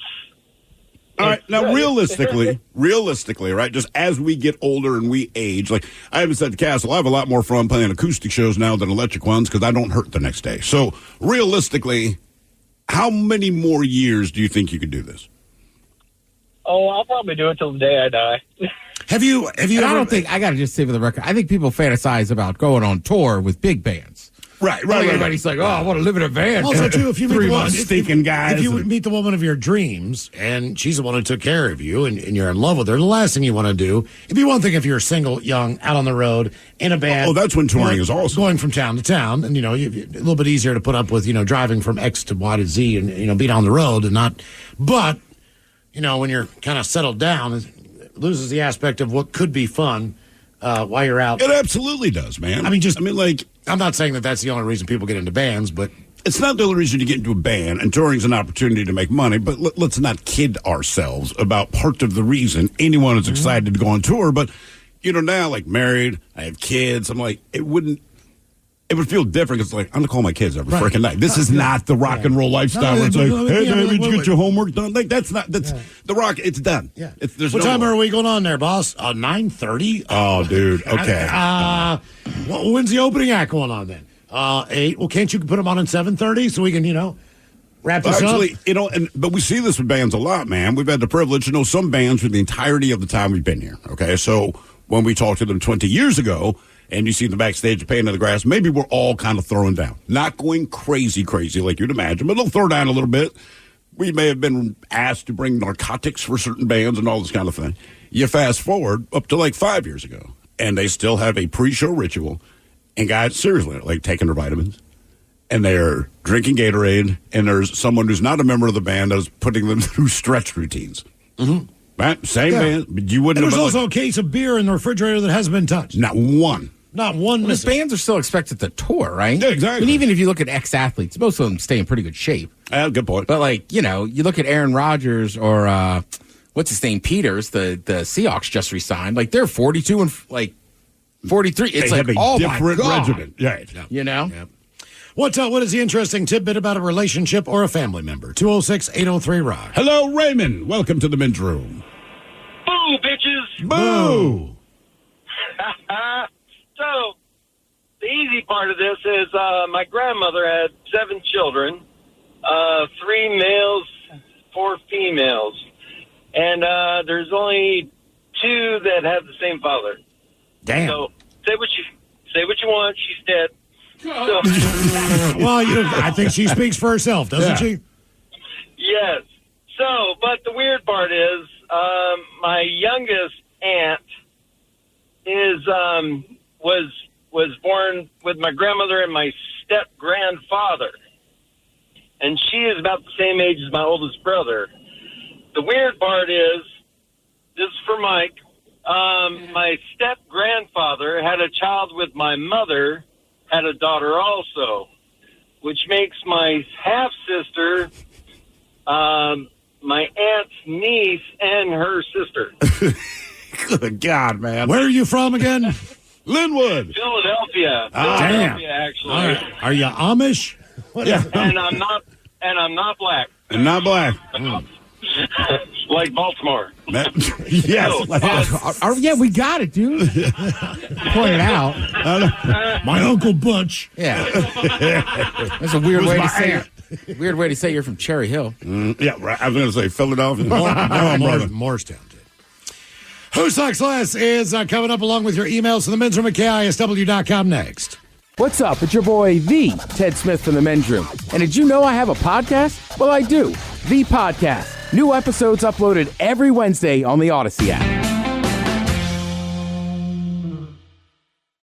At Lovers, you can get what you really want this holiday, a perfect pleasure present. Find a sexy gift for a loved one and pick up something indulgent for yourself. Lovers has lingerie, toys, and accessories for every desire. Lovers Rewards members can win a holiday sweepstakes grand prize worth over $4,000. With 18 Western Washington locations, Lovers is the place for sexy holiday gifting. Mention Indulge for 20% off your purchase. Visit loversstores.com for official sweepstakes rules. Amazon fall favorites are here to make you say, with low prices on home, beauty, and fashion brands like Amazon Essentials. So hold on to your pumpkin spiced whatevers and save on fall favorites at Amazon. Meet the Bed by Thuma, the perfect platform bed frame. Thoughtfully handcrafted from upcycled wood, the bed is strong, backed by a lifetime warranty, and ships directly to your door. Assembly takes 5 minutes, no tools needed. To get $25 towards the bed, go to Thuma.co. That's THUMA.co to receive $25 off your purchase of the bed. Shop the bed at Thuma.co. We know what they really want this holiday. The perfect pleasure present from Lovers. Find a sexy gift for a loved one and grab something to satisfy yourself, too. Lovers has all the toys and accessories for every desire. Lovers Rewards members can win a holiday sweepstakes grand prize worth over $4,000. With 18 Western Washington locations, Lovers is the place for the hottest holiday gifting. Mention presents for 20% off your purchase. Visit loversstores.com for official sweepstakes rules. Early holiday deals are here, and so are amazing deals at Amazon. You'll save so much on early holiday electronic gifts like monitors, tablets, and video games. You'll have money left over for that drum set for your little drummer. And some noise-canceling headphones. Or an outdoor speaker system so the entire neighborhood can hear your holiday tunes. Oh, what fun it is to save. Shop early holiday deals now. Are you a bartender that dreads the phrase, hey, can you put the game on? At Sports on What, we understand your pain and we're here to help. Over-the-air, satellite, cable, or streaming, Sports on What knows what channel the game is on, and you can too. Follow your favorite teams, set alerts, and filter by provider to get the results you need. Stop wasting time searching and never miss kickoff again. Just download the Sports on What app, and you'll always know how to watch the game. Available for Android and iOS. Start your 7-day free trial when you download Sports on What and subscribe today. The debauchery rolls on. You're listening to The Men's Room with Miles and Thrill. 99.9 KISW. Ooh. Do you want to go to the Halloween Hullabaloo? You're at so the proud. Showwear Center on Sunday night with a You forgot till this exact moment, didn't you? Godsmack hailstorm. I'm all over this. What is it that reminds you that you got to do this? The code word, I got it right up here in this Loctite brain of mine. Yes. Code word is alone. Text alone to 206-803-ROCK. Hopefully you'll win the tickets and see us at the Showwear Center down in Kent for the first ever KISW Halloween Hullabaloo. Castle keeps telling us, man, if you want to go, don't win the tickets. Head to KISW.com, pick them up, man. They're do it now. They're well priced there. It's a cheap ticket. One of the very fairly priced concert tickets I can think of in maybe the last 15 years. Yes. So hopefully we'll see you for the first Halloween party of the year on Sunday night. But again, text alone to 206-803-ROCK. All right, do we have time for a few emails to the men's room at KISW.com? You've got mail. You've got mail. And strategically, I'll do some from today's question. Guys, my ex had a kid with a guy who knocked up her sister. The same ex is now married to her best friend's ex-husband. That's some Jerry Springer stuff. I guess that's what happens when you're all from Sultan. Thank God I'm not. That from Jason. We'd heard Linwood earlier. Yeah. Sultan, it's your turn. Oh, yeah, what else we got here? And Philadelphia. We do have some small towns around here. We do, but it doesn't mean they have to have sex with a family member. No, that's also pretty common across this whole country of ours. Yeah, there's a city you've heard of, and then everything else in that state, small town. I mean, I just went out to the gorge, and as Ted can attest, George Washington, there's nothing in there. There's is it Ellensburg? I don't remember. Cass and I were driving. I think it was a Soundgarden show all these years ago, and we were like, "Hey, man, before we get to the gorge, let's pregame." There's just this teeny tiny bar on the side of the road. We walk in. I mean, there's maybe one other person in there. Believe it or not, the bartender listens to the show. Oh, cool! He's like, "You're not Ryan Castle and Thrill, are you?" We're like, "We are." Actually, man, Ellensburg is turning into a pretty big retirement community. I can believe so you get the college, you got the retirement community, you got Wing Central. What else do you need?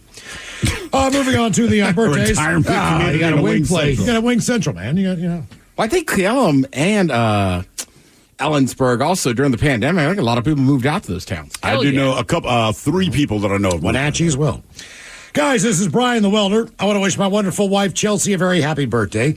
She is a hardworking, great teacher, an awesome mom of our 2 twin daughters, Eva and Robin. Luckily for me, her birthday is easy to remember, seeing it's today. So give her the Dirty Germans and don't go easy. Thanks, guys. That from Brian. Yeah, I believe he said, your birthday's easy to remember because you were born 10/9/87. So I'm going to introduce a new number to you, 69. Yeah, the funny thing is like her birthday is not the only easy thing about her. Yeah. Guys, happy... Yeah, Mike, you want your turn? Yeah. She's in the drindle. Happy 33rd birthday. Shout out to my husband, Zach. Coach Ted would hopefully give him some advice on how to choose the right football team. He's a Seahawks and a Patriots fan. Also, the Dirty Germans on how his birthday night is going to end. You guys rock. That from his wife, Katie, his favorite cat, Zeus. as well. All right, I'm going to go out on a limb and say maybe you grew up in the Northeast, so that's what makes you a Pats fan originally. Now you're a Seahawks fan. Now listen, I switched over. I'm a Seahawks guy all the way through and through. But you can still like a couple teams. They're in different conferences, different coast. But 3 weeks ago, the Seahawks beat the Patriots. All right? And we all know the Patriots deflate balls, videotape other teams. I mean, they could be cheaters. Be a Seahawks fan, all right? So anybody could be a Patriots fan right now. Like, I want to be a Patriots fan. This is the time. Well, I'm just saying, the last 20 years. You missed the window. Yeah, tonight for your birthday, I can tell you how it's going to end. I get the feeling you're going to be tickling a kitty, but not Zeus. See, I'll show you how the Seahawks reinflates him. But Charles, want to give a good old birthday shout out to my homie G-Dub. He's 38 today, avid listener and beer lover. Could you guys talk all over yourselves about mouth hugs and a big old Leroy Jenkins? Rock on, you guys are awesome. That from Mike, BBG, Jay, and the Minions. Let's do this. Leroy Jenkins! Sure, what does there say about mouth hugs, man? I'll tell you that. It's even like pizza. It's always great to have that. You always remember that. Turn one down. Even if the worst one is the case, you wouldn't say no. But sometimes you just, well. Charles, that was actually a debate. Yeah. You always remembered. Yeah.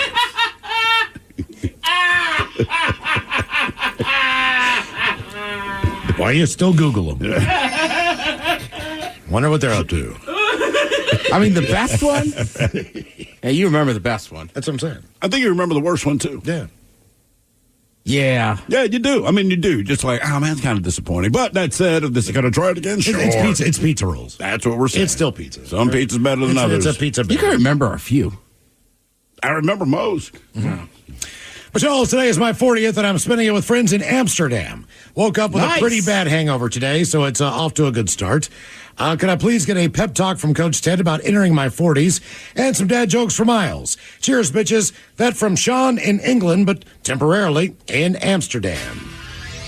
What's he coach to fire him? Just being 40 or being in Amsterdam? Just entering his 40s. All right, entering the 40s. Well, hell, first of all, you're doing it right. Obviously, that's a quicker trip over there than it is for us here.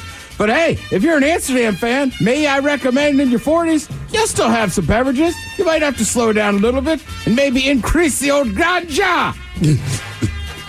All right, dad jokes. Hopefully you're on some shrooms and these will make you laugh. There's Sean. Yeah, sure. What is the difference between light and hard? What is the difference between light and hard? I know this one. What? You can't sleep with the light on. All right. Yeah. What else do I got here? What do you call a Jamaican gynecologist? What do you call a Jamaican gynecologist? Jamaican gynecologist. A Rastaharian? Pokemon. Did you guys hear that Joe went on the Dolly Parton diet? Joe went on the Dolly Parton Joe went on a Dolly Parton diet. It's Jolene. It made Joe lean. It sure did. There you go. Well done. On the dead. But Joe, I just want to wish my awesome wife, Allison, a very happy 44th birthday. She's my best friend and still super hot. So how about an OG fish sandwich and the Dirty Germans talking about taking her to the Eiffel Tower? Thanks, guys. That from Jason. Yeah, listen, if you're telling the truth about taking her to the Eiffel Tower, if you play your cards right, you simply open your pants. Yeah, it's the craziest thing about this bridge is the things on the sides that hold the bridge together. Yeah. They switch sides, the girders. Yeah, she is still hot. Hello, guys. It's my husband's 44th birthday. He would be so surprised if y'all gave him a shout out. I'd love to hear the green beans and some German encouragement on how to ravish me while we're in California for his birthday. I've been listening to you guys for years now, and I have flubbed the opportunity on giving him a shout out for his birthday. Be cool if you guys could wish Patrick out of good old Missouri a very happy birthday. Lots of love, guys. That from his wife, Candace. Green beans, green beans. Green beans, green. Yeah, I think if you play your cards right down there in California, maybe tonight you'll get a candy coating. See how it's the old school ones used to get on the ice cream, right? It's a hard shell. Yeah. So don't break it in pieces. I thought everything had to be cold for that stuff to get hard. She's a cold woman. Oh. Yeah, I'll be honest with you, Miles. I'm not positive how magic shell works. That's why they call it magic shell. That's exactly it. It's all magic. Did you ever have that, Mike? Like once. It wasn't a big thing for me either. But my dad bought it for the house when we were kids. He bought it for him. Yeah, but the pro dip cone stuff like a Dairy Queen. We never got that. That's the good stuff. That's rich people stuff. That's rich people crap. We just didn't have DQs. We didn't either, man. And why can't you put it on anything other than custard ice cream? Huh? Soft serve. Typically, a dip cone is always soft serve. Sure. Yeah. Why can't it be a scooped cone? Because it falls out of the ramekin. All right, that probably is right. I just as a kid, it was like hard chocolate or hot fudge. Like, hot fudge. Every day of the week. Every time. Yeah, I agree. Guys, I want to wish Shaner a very happy 55th birthday. How about some green beans, a fish sandwich, and a bong rip, especially from me? That from Don. Green beans. Shaner. Green beans. Okay. Green beans. Can I buy you a fish sandwich? I'm now imagining someone asking me that question and then hitting the bong hit. Hey, man. Can I get you a fish sandwich? Can I buy you a fish sandwich? All right, guys, here you go.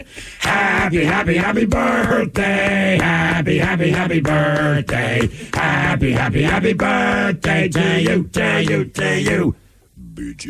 Ja, the Dirty Germans, brought to you by Men's Room Original Sausage. Available through Uli's World Famous Sausage, mensroomlive.com, and other fine retailers.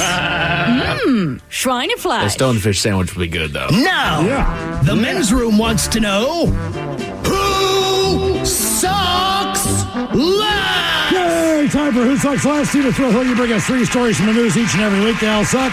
It is up to us to determine out of the 3 stories which one sucks the least. Now, if you happen to follow KISW on Facebook, Twitter, and Instagram, the debate is already underway on Who Sucks Less. Yes, indeed, and let's just get to it. You know, a lot of people say, hey, man, don't victim shame. Do not victim shame. In this case, victim shame. 8 hikers who entered a closed area of Jasper National Park in September. They've been issued with a court appearance notice after 2 of the members of their party required mountain rescue services. The hikers required helicopter evacuation from the site, but not because they were injured. Quote, the hikers claimed to be tired and unable to complete the rest of their hike. Now, the rescue mission diverted one of 2 helicopters from wildfire response for over 3 hours. The incident occurred on September 10th when the party attempted to climb Pyramid Mountain. It's about a 10,000-foot tall peak in the Canadian National Park, which, by the way, has been closed since July because of massive wildfires. Now, while access to the Pyramid Lake area was permitted on that date, access to the trails were closed to all traffic because there were crews there responding to ongoing wildfire activity, as well as, they say, other ongoing hazards.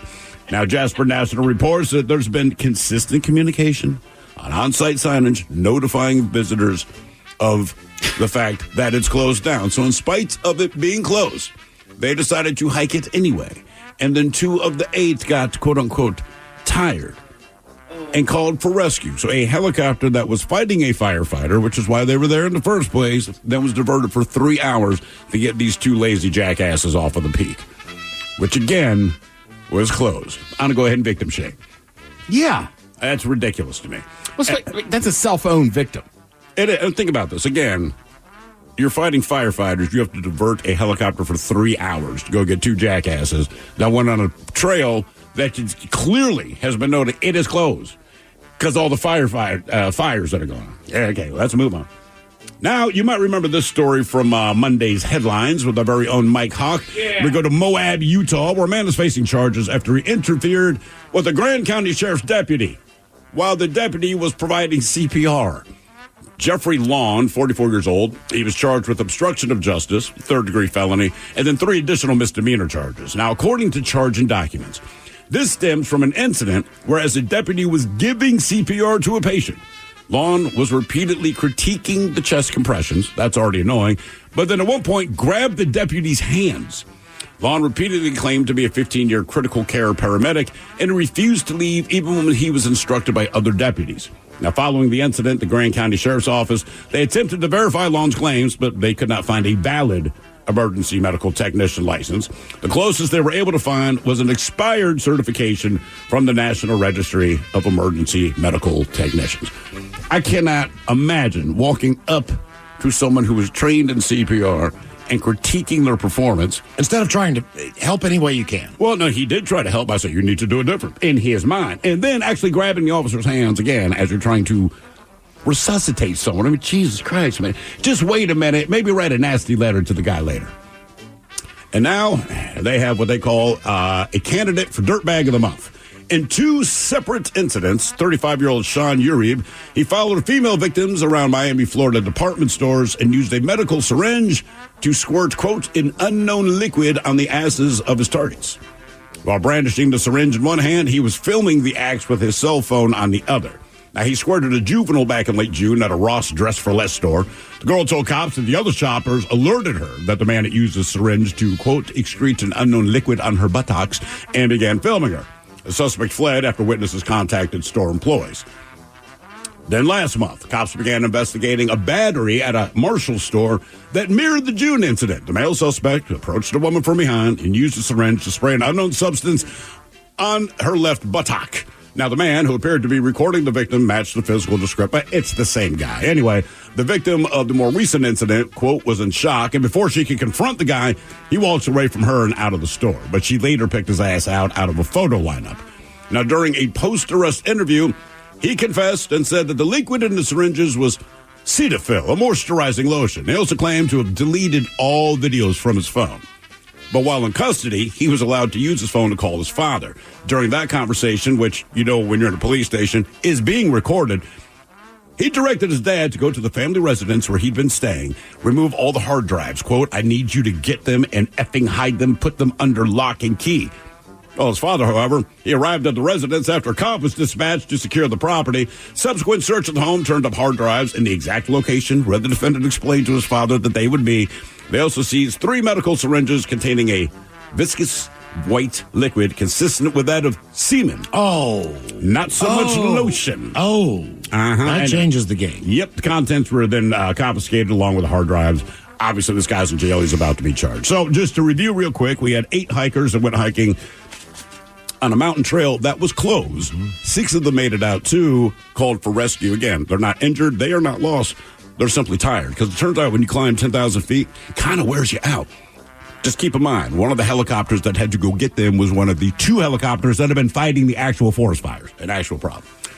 We have the guy from earlier this week in Utah who disrupted a sheriff's deputy who was trying to provide CPR. Did that person survive? Do we know that? They do not put that in the article. That seems massive. I did read the article, but I don't remember seeing that. Yeah. I've tried like 3 different times. I have not found out what happened to the person that was getting the CPR. And then we have the guy, he said it was lotion. The cops confirmed that it was semen, squirting it on women's asses at department stores. I'm going to go with the guy who interfered with the CPR under the pretense that the person who got CPR survived. If that person did not survive, then lotion. Well, if not that lotion, person, man lotion. Yeah, that's a tough one. Because I'm with Miles. That's exactly what I was going to say. Based on that guy living. Right. But if that guy didn't survive. But you can't necessarily put that on the guy that was nagging the deputy. Like the deputy. Correct. You know what I mean? But you don't know is the problem. And I do not know what happened to that person. Yeah. Man, the guy in Florida, that is terrible and gross. But honestly, I think the hikers might suck the most, right? And then, yeah, I mean, if the guy in Utah passes away, then Seaman guy sucks the least. Seaman guy. I mean, look, when I first read that, I was assuming it was lotion. And it's just one of those idiots doing pranks in stores. That's what he said. It's just when they went to his home and collected the syringes, they're like, this is semen. Although someone does say Cetaphil does look a lot like semen. Yeah, that's a tough one. I also just would say for the public record, some of you people filming those videos, you need to be careful. Yeah. Or don't do it. Yeah, people, that's what I'm saying. Yeah. Like a lot more people are just like, F you, I will hurt you.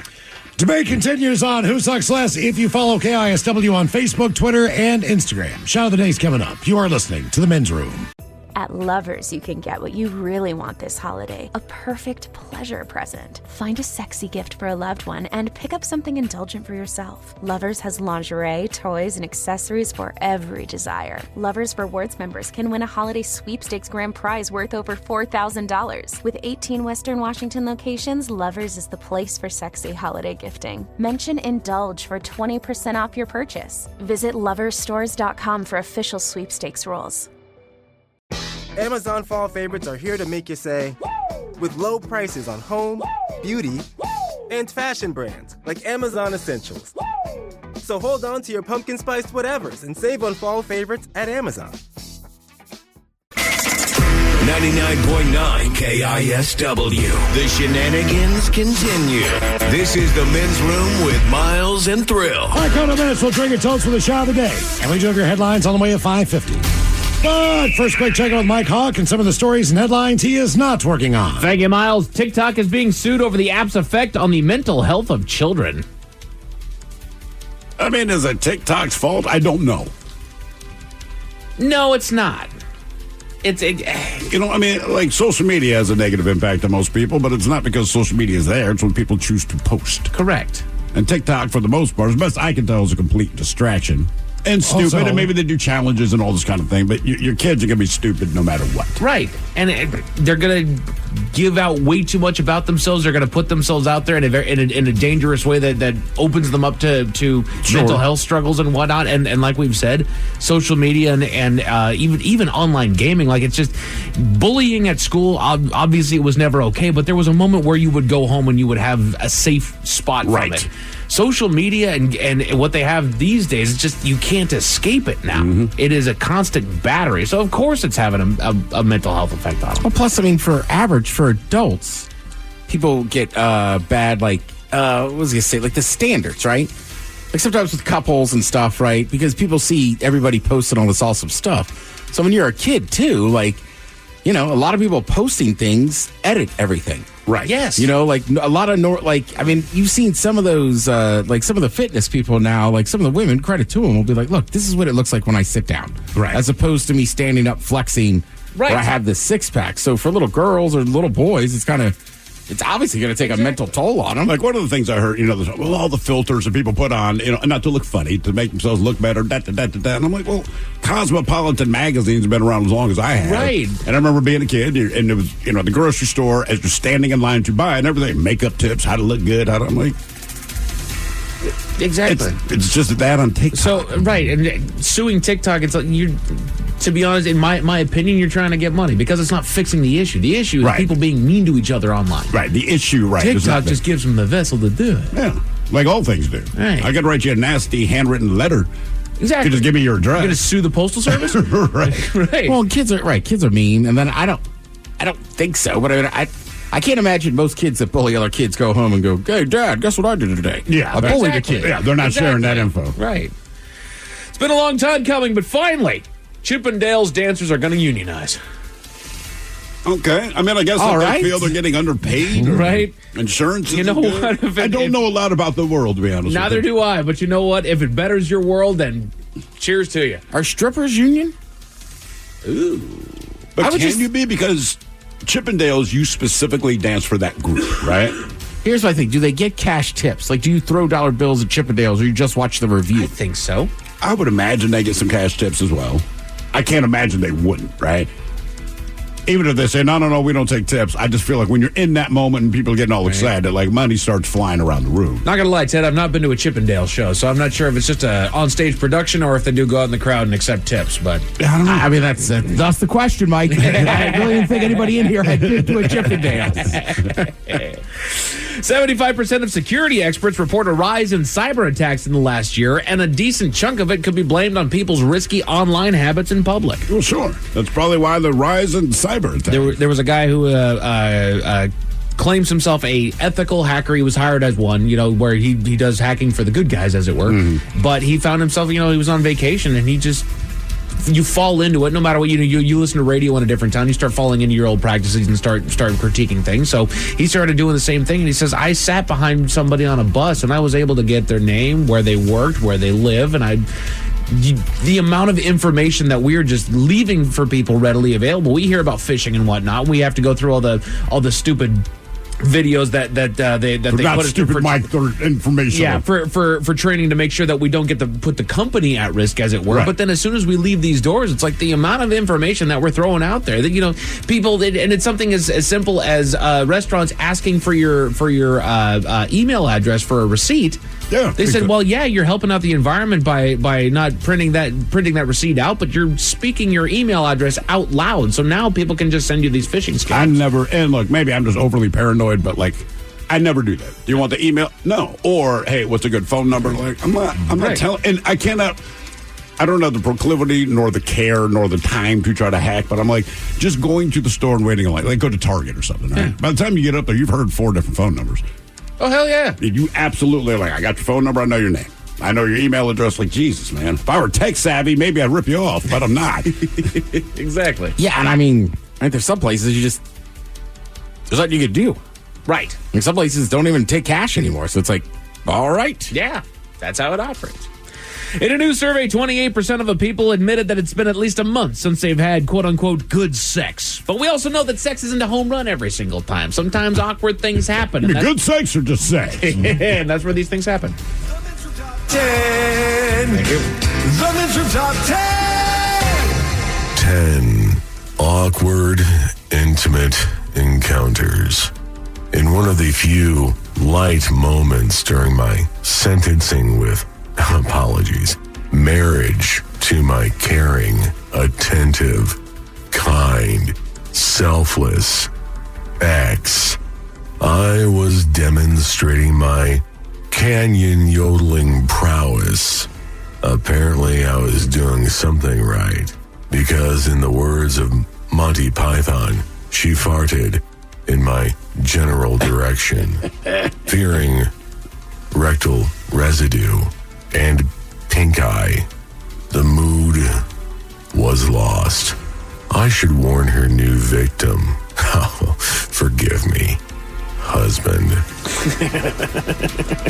He's told me that story before, too, man. He seems a little bitter about it. Yeah. Oh, he was. I mean, it's like there was nothing funny about it. He said she broke into a giggle fit. And it's just like, do you know what you just did to my face? Yeah.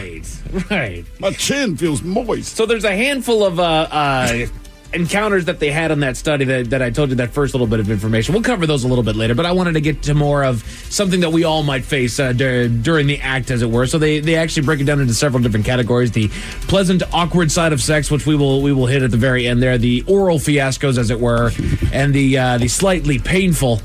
We're not going to go through the horribly wrong there, but basically, starting with the slightly painful, they talk about the chafing that might occur during sex. Anybody ever suffered some chafing during the act? I don't think I've chafed during sex. I think that would be more of that is lubrication more on the lady side of things. Correct. Yeah, absolutely. I mean, you're probably going to need some lube. Right. No. Nothing wrong with lube.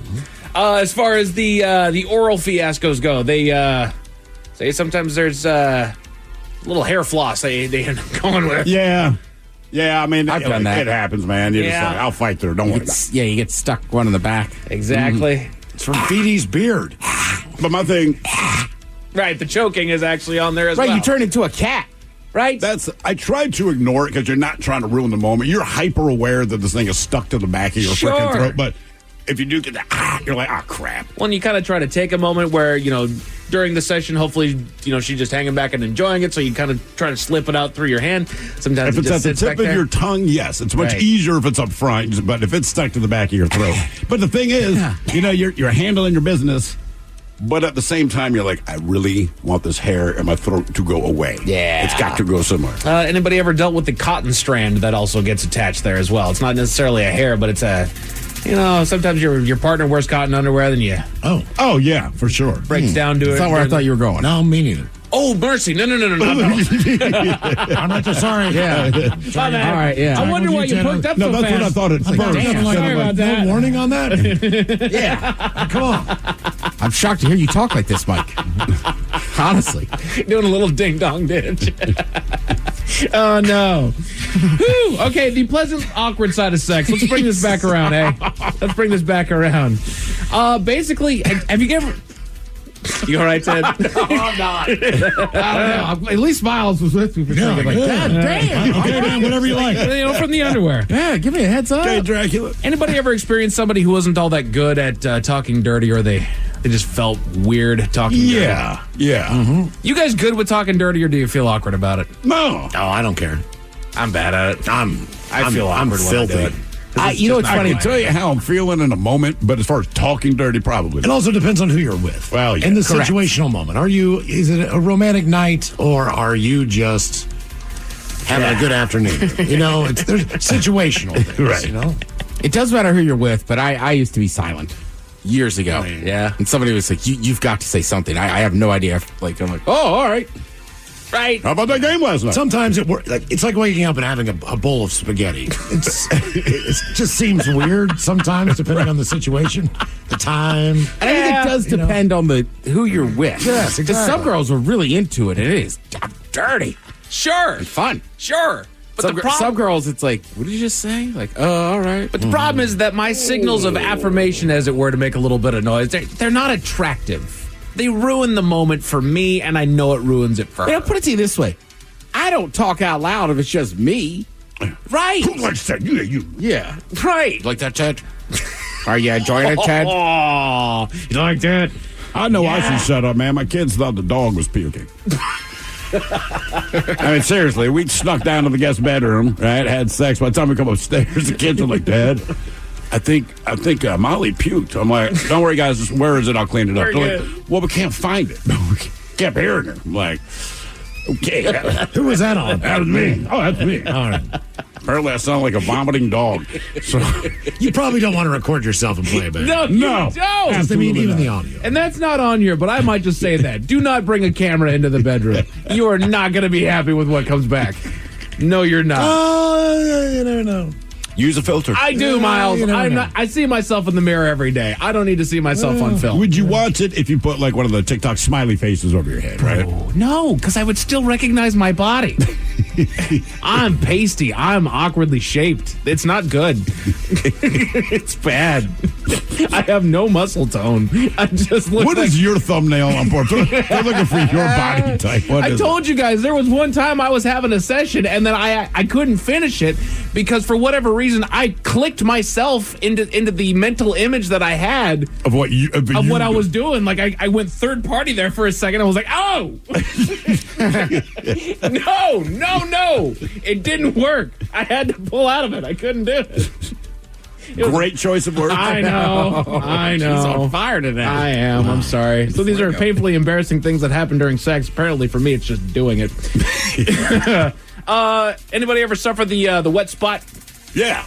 Oh, yeah, that's pretty common. Exactly. That's just It's just so cold when you get there. That's the only thing. Like, I know it's going to be wet. I understand what's going on, but like, you don't realize you maybe shifted away from it for like 60 seconds and you roll over and you're like, ooh, hey, that's Hello. Yeah, you play football, you're going to get a grass stain. Good times. My guy told you the worst one I had was like, this is years ago, but my neighbor knocks on my door. He just finished. Yeah. So I just like pull up sweatpants or whatever. I'm like, yeah, dude, you're in a great mood. Yeah. What's up, dude? Hey, get in here, hang out. And he's like, but I just, you know what, man, it's not important. I'm just going to leave. And I looked at the girl and go, that was weird. He always likes to hang out and smoke a bowl. And she's like, there's a massive stain. Sweatpants. There's a spot down there. He's like, yeah, all right. Sorry. Come on in. I'm all done. Obviously. I can shout it out. Anybody ever suffered the long hair in the most unlikely places? Oh, but that's typically not in a sexual area. I mean, sometimes I've seen it in, Yeah. Do you realize this thing's off your back? It's long. It's long, dude. Anybody ever burp or anything like that in the middle of sex? Oh, maybe, yeah. Maybe you just finished dinner, you got a little bit of beer in there. It just depends what I'm doing. Makes a difference. Yeah, that's a fact. That's a fact. Sorry. And then the number one painfully embarrassing thing that can happen during sex, and I feel like everybody's got a story that relates to it some way. Whether the front or the back, we're farting. Yeah, man. And how long do you give yourself before you finally just have to let it go? Because you feel it coming on. You're like, man, this will kill them. We will probably laugh, but like, I really want to finish. For me, I don't think I'll ever break that. I am the one to fart in front of my wife. I fart in front of my wife. I don't want to do it as we're having And I sex. broke that mold so early on in our relationship that's like, I am a loud farter and I do it all the doggone time. I will never break that during sex because it's like I don't want anything to detract from any kind of a possibility of this happening. Yes, I agree. I do not want this to happen. I'll hold Especially like if you're getting a mouth hug, you're like, please, if there's a God in heaven, let me hold this. Some of the specific awkward intimate encounters that happened with this study, people said when I was invited to be a third without knowing. Without knowing. Wow. A day I called someone by another name. Ooh. Asking to I play. saw a dude almost get killed for that once. I was at like a sorority house. Yeah. And dude just ran out of this bedroom and went down, right? But it was like on the second story. And this girl threw like a piece of artwork at him. And like when it landed, I was like, she is so, like, seriously, if that had hit him in the head, it would have killed him. Damn. And she said the wrong name. She said it? Right. That's why he left. And she got so mad, she threw something at him. Sorry, Gary. Interesting. I know. Let's flip the script on this. I fell asleep during the session. I did that once, man. Wearing lingerie and setting a romantic evening for them not to give the same energy. That's just damn rude. I have not worn lingerie. I'll have to give that a try. I just got home from work. I didn't know we were doing a sexy night. She found another girl's personal item in my bed. Well, that's not good. He got a nosebleed. I've had that happen. Ruined it. Nosebleed, huh? Yep. Really? Oh, You did? Yeah. Did they have to tell you that your nose was bleeding, or did you figure it out on your own? Well, you know, I figured it out eventually. I mean, I've been headbutted and had a nosebleed. I mean, you know, and sometimes you get just a little bit overzealous and you might crack your nose a little bit. Yeah. I've definitely had an injury once where it just was like, all right, this isn't going to work. It hurts too much. Oh, no kidding. Yeah. The person acted like they were the greatest and they did nothing but lay there and make you do all the work. That sucks. That just depends on who you're with. Yeah, I'll take it. Let's see. When I was in the sex swing and got my foot caught between the straps. That's not sexy. Be worse if you got a cramp. Oh my God. Yeah, Stop. I've done that. I got the Charlie horse, and it's just like it ends. Like stop. Ex-girlfriend stopped by. Jesus. No. During sex. Not that. Yeah. She could smell it. We'll end it on that note. A small plane bound for California was forced to make an emergency landing for mechanical issues, but then the passenger ended up getting arrested, Miles. Why was that? Tell you all about it at 5:50. Thank you, sir. Headlines are coming up at 5:50. In the meantime, let's get a contestant on the line for Profile This at 206-803-ROCK. Have we made it to drinking time? At Lovers, you can get what you really want this holiday, a perfect pleasure present. Find a sexy gift for a loved one and pick up something indulgent for yourself. Lovers has lingerie, toys, and accessories for every desire. Lovers Rewards members can win a holiday sweepstakes grand prize worth over $4,000. With 18 Western Washington locations, Lovers is the place for sexy holiday gifting. Mention Indulge for 20% off your purchase. Visit loversstores.com for official sweepstakes rules. Amazon fall favorites are here to make you say, with low prices on home, beauty, and fashion brands like Amazon Essentials. So hold on to your pumpkin spiced whatevers and save on fall favorites at Amazon. At Lovers, you can get what you really want this holiday, a perfect pleasure present. Find a sexy gift for a loved one and pick up something indulgent for yourself. Lovers has lingerie, toys, and accessories for every desire. Lovers Rewards members can win a holiday sweepstakes grand prize worth over $4,000. With 18 Western Washington locations, Lovers is the place for sexy holiday gifting. Mention Indulge for 20% off your purchase. Visit loversstores.com for official sweepstakes rules. Amazon fall favorites are here to make you say, with low prices on home, beauty, and fashion brands like Amazon Essentials.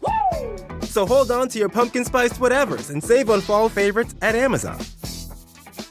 This episode is brought to you by Progressive Insurance. Whether you love true crime or comedy, celebrity interviews or news, you call the shots on what's in your podcast queue. And guess what? Now you can call them on your auto insurance too with the Name Your Price tool from Progressive. It works just the way it sounds. You tell Progressive how much you want to pay for car insurance, and they'll show you coverage options that fit your budget. Get your quote today at Progressive.com to join the over 28 million drivers who trust Progressive. Progressive Casualty Insurance Company and Affiliates. Price and coverage match limited by state law. Hey, anyone know what channel the game's on? We know. Download the Sports on What app today and always know how to watch the game. Satellite, cable, or streaming. Sports on What knows the channel the game is on, and you can too. Subscribe today to start your 7-day free trial. Sports on What? We know. Somebody out there deserves to be recognized. And the men's room knows just who it is. So to you, we say, Bottoms up, sailor. You're the toast of our shot of the day. Drink time it is, and as usual, we head to the drink desk. And Steve will throw a hill to find out who we're toasting. Yes, indeed. And today we toasted. That's not okay. There's a text that there's just no way to clean it up. I can't read it. Today we chose 3 unidentified teens from Washington, D.C. Now, like many teens in D.C. and around the country, the 3 wise men, we'll call them, they decided to carjack someone. So at gunpoint, they got their hands on a Toyota Highlander. Now, police were hot under tail when the wise men decided to pull into a public parking lot and leave the vehicle behind. Now, authorities believe that the plan was to catch the subway and slip away. Fine. Well, the wise men, they didn't notice they parked a stolen vehicle in the parking lot of the Pentagon Protection Force Agency, whose sole purpose is to protect the infrastructure, employees, and visitors at the Pentagon. So as one might imagine, when 3 dudes with a gun park a stolen vehicle in a parking lot and then try to run for cover, it triggers what we're just going to go ahead and call a massive response, including dozens of armed security forces, even a helicopter. Because they don't know that this kid's carjacked someone. They just see dudes with a gun, they're on campus. Yeah, so dozens of security forces with their M16s, a helicopter, everything else. Yeah, it didn't take long for these idiots to be apprehended. Wow. That is one of the last places in D.C., right? I mean, just if you live in D.C., you know where all these buildings are. That might be... You can't get into those places by accident. Other than maybe the NSA, the Pentagon would be the last place I'd want to park a vehicle. Remember, when you're driving up when you drive past all the monuments and everything, I used to take it every day for that Connecticut Soil broadcast. Like, you just cross one bridge, and you kind of forget, it drops you off at the Pentagon. Right, you're right there. So, I mean, and I just can see what they were trying to do. I do. Also, it's just dumb. DC has more police departments than any city in the country. That is correct. By the way, it was Arlington County. They managed to get the nod for doing the arrest. That's what I'm saying, right? Because they crossed over the Potomac. Like, I know that bridge very well. And I was like, come on. Don't park there. So we pour this booze, and we drink this booze because we think it's yummy. Yummy. So over the tongue and down the throat to party in our tummies. Down the hola bitola. The Men's Room presents Profile This. And Stephen Throwhill, could you please tell everyone how Profile This is played? I sure can, Miles. It's a simple game where we share with you a real-life news story. Something that happened right here on planet Earth. Earth. And as you listen to the story, based on the stereotypes you believe to be true of people and the decisions that people make, we'll ask you what it is you think makes the story a story. Hello, Jason. Welcome to the Men's Room. Hola. Hola. Hi, Jason. You understand how this here game is played? I do. Fantastic. You have your choice today of 3 categories. We have Bite Me. In other words, what did someone find in their food?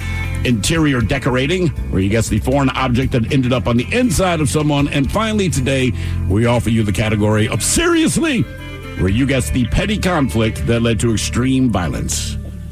Oh, let's do Seriously.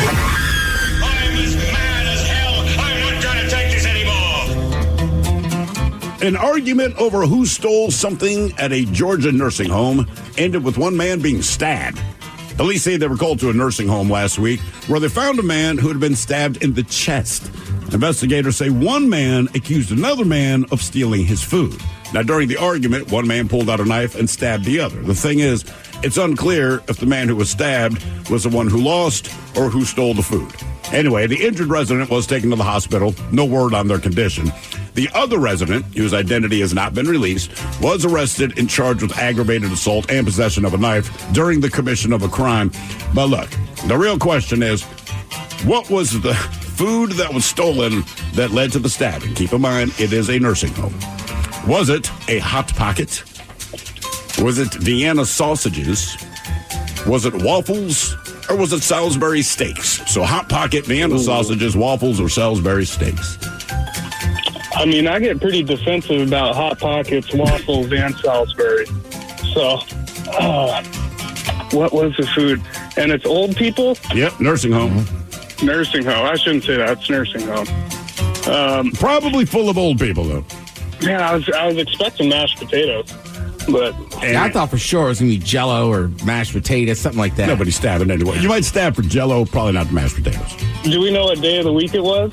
I don't. Let me double check. I don't think so. How is that part of your theory, Jason? I have to ask. Well, because I could see him doing like Salisbury Fridays or Salisbury Saturdays. Dude, I'm with you. It feels like Salisbury steak night is a Friday. Right. Okay. That's what I'm saying. All right, Jason, what are you thinking? I'm going Salisbury. Salisbury steak. Ted? I don't know why, but I feel like somebody's sitting in their room, and he's got a couple containers of Vienna sausages, and he's very protective. I'm right there with you. I think anything else is cafeteria food. Salisbury steak, cafeteria food. Waffles, cafeteria food. You can go back and get more. This is an item in one of these individuals' rooms. Correct. Which I believe could be a Hot Pocket or Vienna sausages, but since you took the sausage, I'll take the Hot Pocket. I don't know if the baby boomers eat Hot Pockets. And that's the generation that's in there right now. Until you taste the deliciousness. How would you know? So why was this guy stabbed? Over a Hot Pocket, Vienna sausages, waffles, or Salisbury steak? We'll find out next.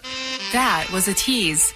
At Lovers, you can get what you really want this holiday, a perfect pleasure present. Find a sexy gift for a loved one and pick up something indulgent for yourself. Lovers has lingerie, toys, and accessories for every desire. Lovers Rewards members can win a holiday sweepstakes grand prize worth over $4,000. With 18 Western Washington locations, Lovers is the place for sexy holiday gifting. Mention Indulge for 20% off your purchase. Visit loversstores.com for official sweepstakes rules.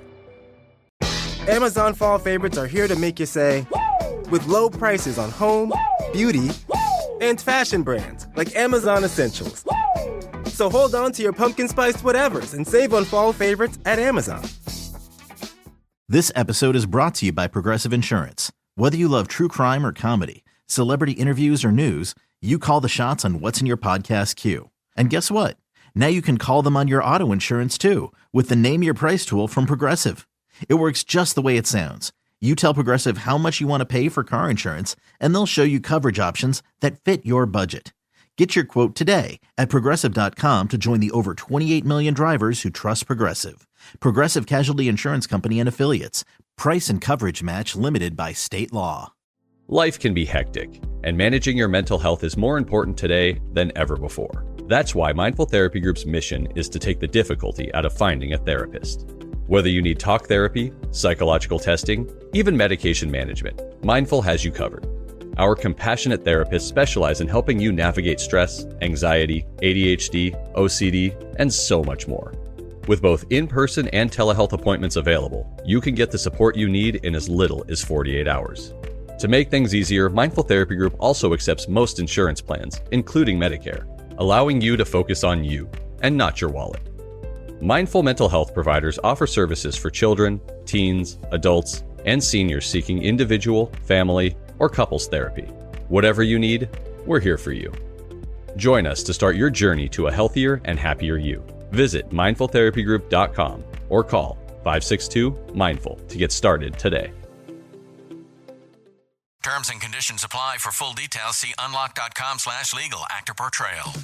Lisa, thanks for having me over. Your new kitchen is gorgeous. How did you find the money to do it? We worked with this great company, Unlock. They help you unlock the future value of your home to get the cash you need today. So it's a home equity loan? No, it's not a loan at all. There's no monthly payments and no interest charges ever. And you can use the money however you want. We were able to redo our kitchen and pay off our credit card debt. Wow, Jack and I could really use this to finally pay off our old student loan debt. How do I get started? It's easy. Just go to their website. Go to unlock.com/radio to unlock the value in your home and get up to $500,000 in cash with no monthly payments and no interest ever. Pay off debt, improve your home, add to your retirement fund. It's up to you. Go to unlock.com/radio right now to see if you qualify to unlock the value in your home.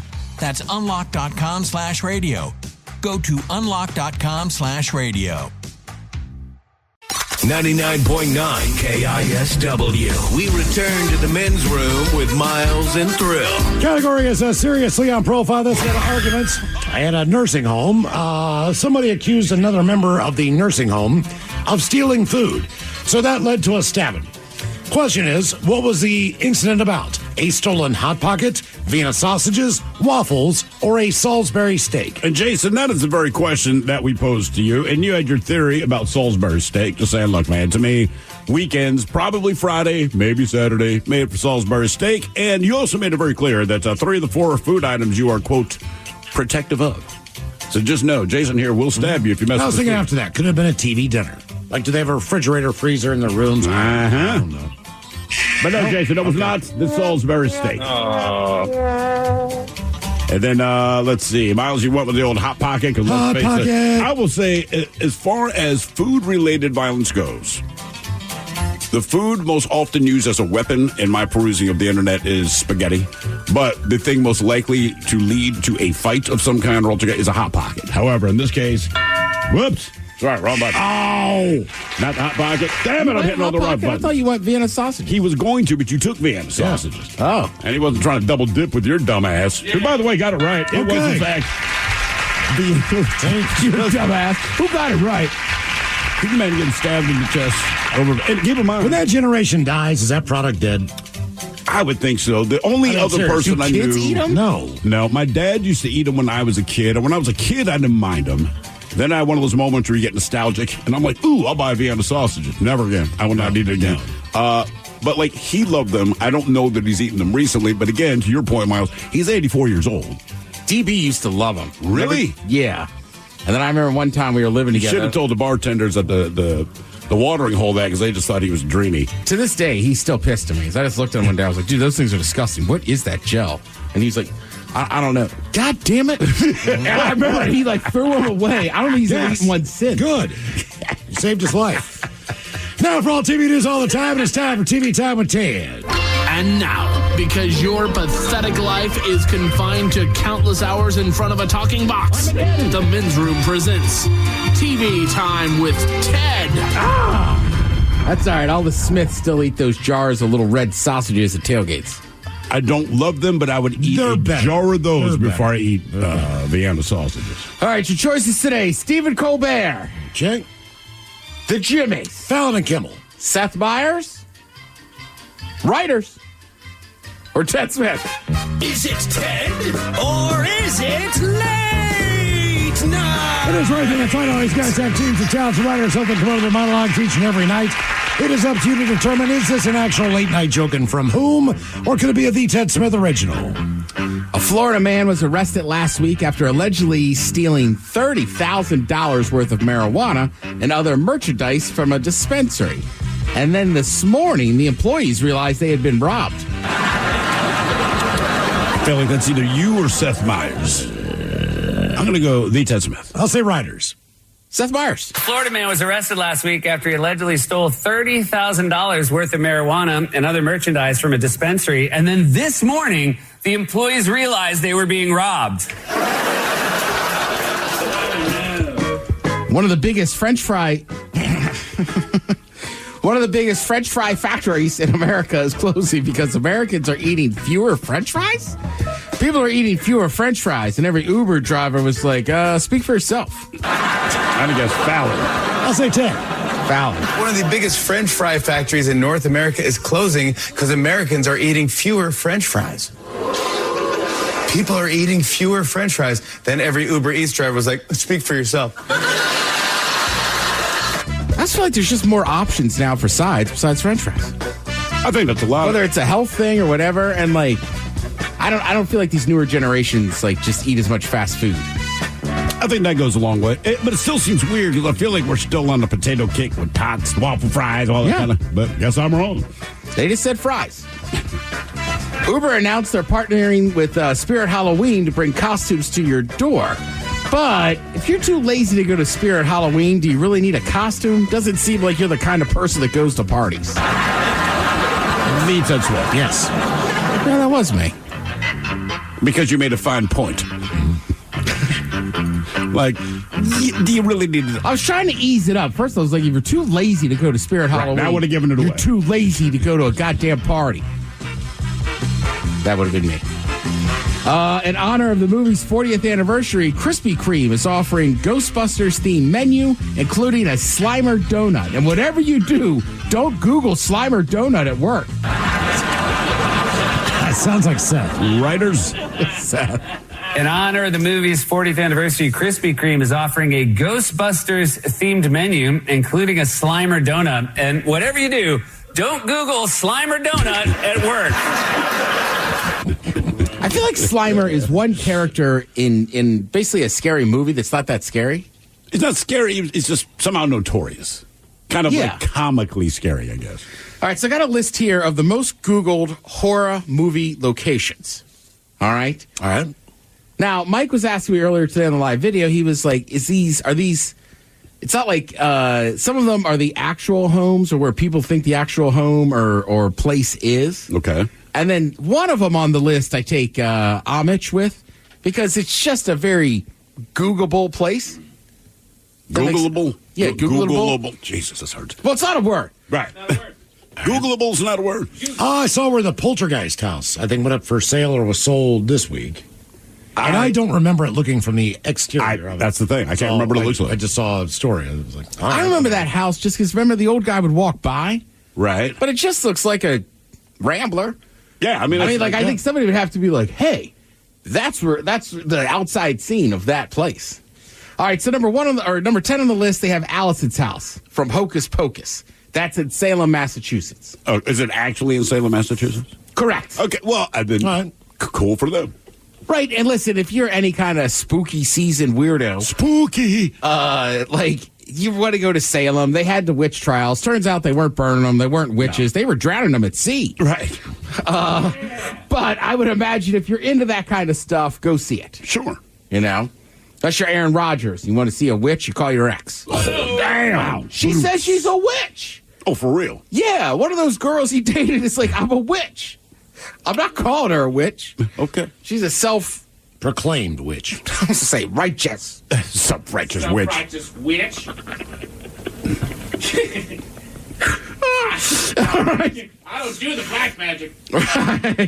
Oh, damn, I'm out. The Elm Street house in L.A. from A Nightmare on Elm Street. Okay. I don't know what that looks like.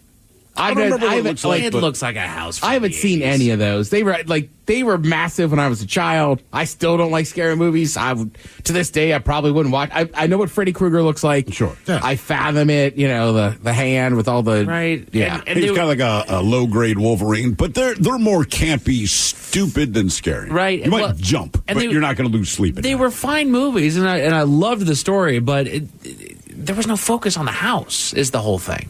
Yeah. You know, it happened in her bedroom. Fair enough. But, okay. I remember one year my sister, we were kids, wanted to dress as Freddy Krueger or something. So my mom went out and this is like the 80s, right? So it was kind of cool that she had the mask with the things on it. Yeah. They were plastic.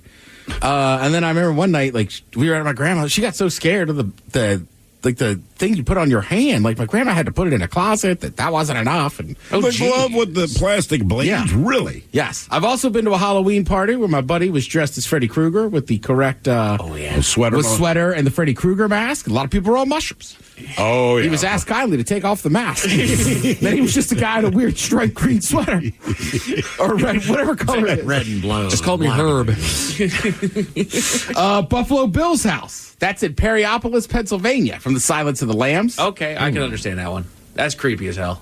Yeah. Would the house freak you out, though? Because to me, the house wasn't freaky. It was the occupant. Right, but it's also the stuff that he did in the house. He took women to the house and then carved them up. That would freak me out. He had a hobby, Mike. If there was still a pit in the basement, would it not freak you out? It puts the lotion on its skin. By the way, that looks like every house in Pennsylvania. A brick with a porch up front, covered porch. It's the same. And I'm going to house. speak for Miles here. I don't care what state I'm in. You got a bar called Buffalo Bills? We're going in. Oh, yeah. Even if you said, no, it's modeled after the character, I'm in. Just give me the wings. Exactly. You want to see better the have house? them. They better have them. All right, so again, these are the most Googled horror movie locations. Now, here's where it gets a little iffy in my mind. Number 6 on the list is The Exorcist Steps in Georgetown, Washington, D.C. from The Exorcist. So more like location. Mm-hmm. Those are there. They are there. They filmed the scene there. But then they say 2 cases of beer of those. Then they say The Exorcist house, also in Georgetown, which is just wrong. The real one was outside of Georgetown, in a town we would call Mount Rainier. and it burned down. Which was a big legend thing. But the flip side, Ted, and I hear what you're saying. You're not wrong, right? I mean, granted, I grew up there, right? Like, Bernie's from Mount Rainier. Like, we would go over. After that house burned down, they built a park on it. So at any night of the week, you could find teenagers in that park being like, ooh. Well, they called it Satan's Park. I'm kidding. They didn't. But that said, it's just the movie house, though, right? So even if you said, it's not the real house, people would still be skeeved the F out to go to the house where they filmed it. Because that movie... I'm sorry. I'll tell you the scariest thing about that, and I've told the story before. That girl was in the same parish that my mom went to when she was a kid. She swears that the priest at her parish said that when that was going on, when the priest has to put his arms up for everybody to rise up, to stand, that he could not raise them above his shoulders. Do with it what you will. Mike looks, he doesn't care. Michael Myers' house, Pasadena, California, from Halloween. Now, there's a scary movie I thoroughly enjoy. Right. But when you're in Pasadena, nothing's really, I mean, you just can't. Somebody brought me, man, we're in Pasadena. You know, like palm trees don't do horror very well, do they? Sand, beach. For whatever. No, you're right. If I went to the Rose Bowl, I'd be like, all right, let's go see the house. Right. Sure. But if you make it like The Shining, okay? It was cold. I'm already like, it's scary. I mean, snow on the ground, it's terrifying. Forks is dark and rainy and all terrifying. That stuff. Yeah, that's all scary. Animal House, I want to say they filmed it at a different school, but the exterior is a fraternity house at the University of Oregon. So I have a picture in front of the exterior of the house. Okay. Right. Yeah. Nice. I'm going to get a picture in front of it in November again, Mike. Again, these are some locations that are Googled for horror movie locations. They say Martha's Vineyard from Jaws. I'm not even sure that Martha's Vineyard gets Googled a lot. It's Martha's Vineyard. And again, the shark didn't show up in the house. Right. The house was the safest place to be in that movie. No, they're just saying Martha's Vineyard. Oh, Martha's Vineyard. Right. I just don't know that many people are Googling Martha's Vineyard because of Jaws. Flowers. Right. Yeah. And if you really want to see something spooky in Martha's Vineyard, go to Chappaquiddick. Candygram. All right, now let's go down to Texas. You have the Texas Chainsaw House. That'd be freaky. Kingsland, Texas. Right, and that was based off a true story, right? Yes, it was. So that one, I go, I don't know if he actually wielded a chainsaw was going around, but I don't think right. Not as extensive, but definitely influenced by some things. Right, I don't remember the name of the guy, and I probably should, but he was a cannibal, and he didn't mind making stuff with human skin and faces and whatnot. Ooh. Yeah. Hey, waste not, want not. Camp No Bebo School. Camp No Bebo School. That's an... You have a stroke, bro? There ain't no Bebos in this school. I'm having a stroke. That's in Hardwick Township, New Jersey. That's from Friday the 13th. Ah, okay. NOBEBOSCO. No Bebo Coast. No Bebo Coast. No Bebo. Yeah, there's a dash in between. No Bebo Schools. No School.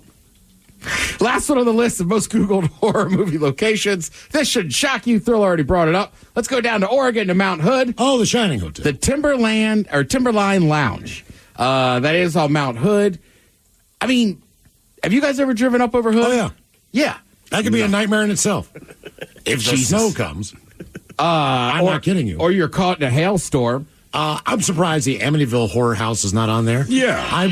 I swear to you, I've looked at houses in Maryland and other places that are that barn design. Nope. Yeah. I would never buy one of those homes just based on that movie growing up as a kid. I'm exactly the same way. That's a haunted house. No. Sounds ridiculous, but I'm like, no. There's nothing about that style that I like. No, and the movie ruined it. That's like the one that almost looks like a barn on top. Yeah. I like those homes. Okay, you live there. I've also never seen Amityville Horror. That's why you still like it. And Amityville, isn't that where Jaws was supposed to take place? Yeah, Amity. Yeah. Yeah. It's all coming together. Let's see. It's all a plot, Mike. Look out. Again, if you like baseball, there's Major League Playoffs going on. I don't know if I should give a spoiler alert, but one of those series already just shocked me. Yep. Just can't believe that happened. Thank you, Ted. We appreciate it. You're listening to The Men's Room. Now, it's time to hit the headlines. Here's Mike Hawk. All right, our top story. We go to California where a plane passenger made a little mistake. The small plane was headed home to San Diego from Mesa, Arizona when they started experiencing some problems. Mechanical failure was eventually too much to handle during the flight, and they were forced to make an emergency landing on a nearby state highway, attracting the attention of local authorities, of course, because he landed on a highway. While the pilot and passenger were having a talk with police, officers noticed the passenger take a moment to open his backpack and toss a package inside of it into some nearby bushes. Investigating, the officers found that the package tested positive for cocaine. Multiple arrests were made. Dude, you're fine. Don't take it out of the bag. Just leave it alone. Once you screw with it, you just make sure that they're now going to check what it is that you're doing. You can't slip away for a quick second to go and toss some cocaine into a bush. Like, you can't. Yeah, it's fair. It's a fair call, dude. That is kind of funny. Well, the plan is to come back. Right. Later. Yeah. I don't get it. Your best bet's to keep it in the bag, in my opinion. Right, they're getting pulled over.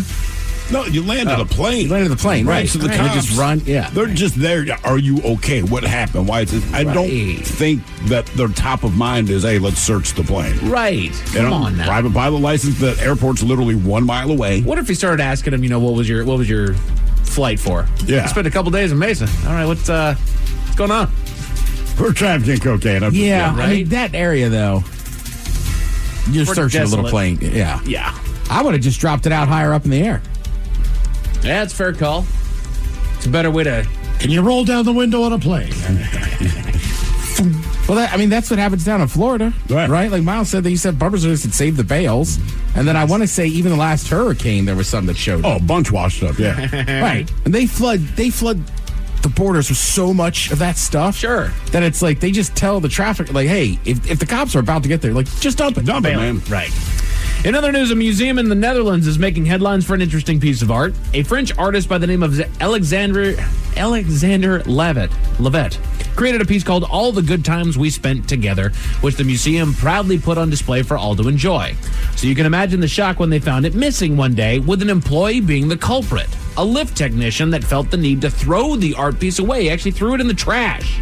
But the museum took the situation in stride, knowing that while beauty is in the eyes of the beholder, it's understandable to believe that this piece was just some trash laying around, as it's a couple of hand-painted, dented beer cans put on display.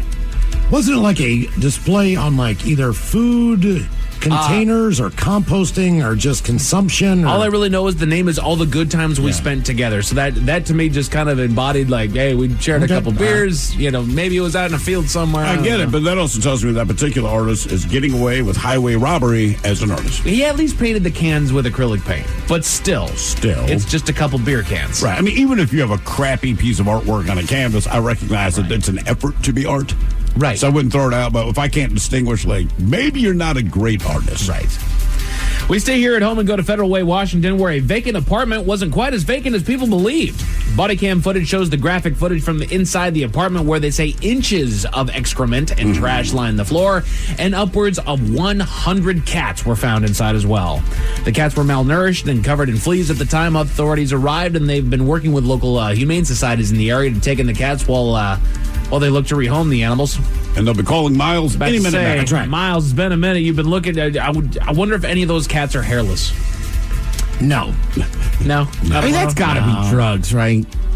Even if you're a complete degenerate, you couldn't sit around an apartment that filthy. No. I think it was unoccupied. It was unoccupied. It was a vacant apartment. But those cats had to have been put there. Right. Well, maybe 2 or 3 at first. But if the building was, dormant for 2 years. Sure. Cats have litters of 7, 8 kids, All right, let me ask you this, Miles. Humane Society calls you and says, look, we don't want you to take 100 cats, but one of them is hairless. No, they're all feral. They're all feral. They're all Will Ferrell. He's done that before. We understand that you have experience with feral cats. No. Not today. I want a nice little kitty. Just in case those stories left a bad taste in your mouth. Thankfully, there's good news. Yeah. Over to Sunday at Shower Center. Over to Pennsylvania, where the family is starting. Yeah, baby. You want an old, ugly, fat guy? I'm right here. You're not fat. I know. He's got me a Screw it. Men's room sport. Damn it, Miles. Yeah, kitty. Men's room sports. Bring that thing over here. Meow. Come on. Here. There's college football on ESPN2 between New Mexico State and Jacksonville, preseason basketball on NBA Network and ESPN, hockey over on TNT, and MLB playoffs on TBS between New York and Kansas City for Game 3, and Game 4 between the Dodgers and the Padres starts in just a few minutes over on FS1. As far as your weather, light and variable winds are moving in tonight to bring the cloud cover, and the temperature's down below 50 degrees, leading us into tomorrow where we've got partly cloudy skies and a high of right and around 62. It's going to be it for your headlines. With that, Mike Hawkins out. Thanks, sir. We appreciate it. We'll see you next time for the head chef, Ted's Meat and Potatoes, and the game known as Big Dummy. The lovely Jolene is up next. Yes, indeed. It's all true. But in the meantime, well, we be all about this bitch. So until next time, please do what you do best. And for Aletha's sake, stay beautiful. The Men's Room has been taped before a live studio audience. Wardrobe and makeup provided by Mantastic Limited. This has been a presentation of the Men's Room Radio Network. Oh, man! A Double Flush production. Now, it's time to hit the headlines. Here's Mike Hawk. All right, our top story. We got a California where a plane passenger made a little mistake. The small plane was headed home to San Diego from Mesa, Arizona when they started experiencing some problems. Mechanical failure was eventually too much to handle during the flight, and they were forced to make an emergency landing on a nearby state highway, attracting the attention of local authorities, of course, because he landed on a highway. While the pilot and passenger were having a talk with police, officers noticed the passenger take a moment to open his backpack and toss a package inside of it into some nearby bushes. Investigating, the officers found that the package tested positive for cocaine. Multiple arrests were made. Dude, you're fine. Don't take it out of the bag. Just leave it alone. Once you screw with it, you just make sure that they're now going to check what it is that you're doing. Mm-hmm. You can't slip away for a quick second to go and toss some cocaine into a bush. Like, you can't. Yeah, it's fair. It's a fair call, dude. That is kind of funny. Well, the plan is to come back. Right. Later. Yeah. I don't get it. Your best bet's to keep it in the bag, in my opinion. Right, they're getting pulled over. No, you landed a plane. You landed the plane, right? So the cops, they just run. Yeah, they're just there. Are you okay? What happened? Why is it? I don't think that their top of mind is, hey, let's search the plane. Right. Come on now. Private pilot license. The airport's literally 1 mile away. What if he started asking him? What was your flight for? Yeah. I spent a couple days in Mesa. All right, what's going on? We're trafficking cocaine. Right? I mean, that area though. You're searching a little plane. Yeah. I would have just dropped it out higher up in the air. Yeah, it's a fair call. It's a better way to... Can you roll down the window on a plane? Well, that's what happens down in Florida, right? Like Miles said, bumpers had saved the bales. And then I want to say even the last hurricane, there was some that showed up. Oh, a bunch washed up, yeah. Right. And they flood the borders with so much of that stuff. Sure. That it's like they just tell the traffic, like, hey, if the cops are about to get there, like, just dump it. Dump it, man. Right. In other news, a museum in the Netherlands is making headlines for an interesting piece of art. A French artist by the name of Alexander Levet created a piece called All the Good Times We Spent Together, which the museum proudly put on display for all to enjoy. So you can imagine the shock when they found it missing one day, with an employee being the culprit. A lift technician that felt the need to throw the art piece away. He actually threw it in the trash. But the museum took the situation in stride, knowing that while beauty is in the eyes of the beholder, it's understandable to believe that this piece was just some trash laying around, as it's a couple of hand-painted, dented beer cans put on display. Wasn't it like a display on either food containers or composting or just consumption? All I really know is the name is All the Good Times We Spent Together. So that to me just kind of embodied hey, we shared a couple beers. Maybe it was out in a field somewhere. I get it, but that also tells me that particular artist is getting away with highway robbery as an artist. He at least painted the cans with acrylic paint, but still, it's just a couple beer cans. Right. I mean, even if you have a crappy piece of artwork on a canvas, I recognize that it's an effort to be art. Right. So I wouldn't throw it out, but if I can't distinguish, maybe you're not a great artist. Right. We stay here at home and go to Federal Way, Washington, where a vacant apartment wasn't quite as vacant as people believed. Body cam footage shows the graphic footage from the inside the apartment where they say inches of excrement and trash line the floor, and upwards of 100 cats were found inside as well. The cats were malnourished and covered in fleas at the time authorities arrived, and they've been working with local humane societies in the area to take in the cats while they look to rehome the animals. And they'll be calling Miles any minute now. That's right. Miles, it's been a minute. You've been looking. I wonder if any of those cats are hairless. No. No? I mean, that's got to be drugs, right? Even if you're a complete degenerate, you couldn't sit around an apartment that filthy. I think it was unoccupied. It was unoccupied. It was a vacant apartment. But those cats had to have been put there. Right. Well, maybe 2 or 3 at first. But if the building was, dormant for 2 years. Sure. Cats have litters of 7, 8 kids, All right, let me ask you this, Miles. Humane Society calls you and says, look, we don't want you to take 100 cats, but one of them is hairless. No, they're all feral. They're all feral. They're all Will Ferrell. He's done that before. We understand that you have experience with feral cats. No. Not today. I want a nice little kitty. Just in case those stories left a bad taste in your mouth. Thankfully, there's good news. Yeah. Over to Sunday at Show Center. Over to Pennsylvania, where the family is started. Yeah, baby.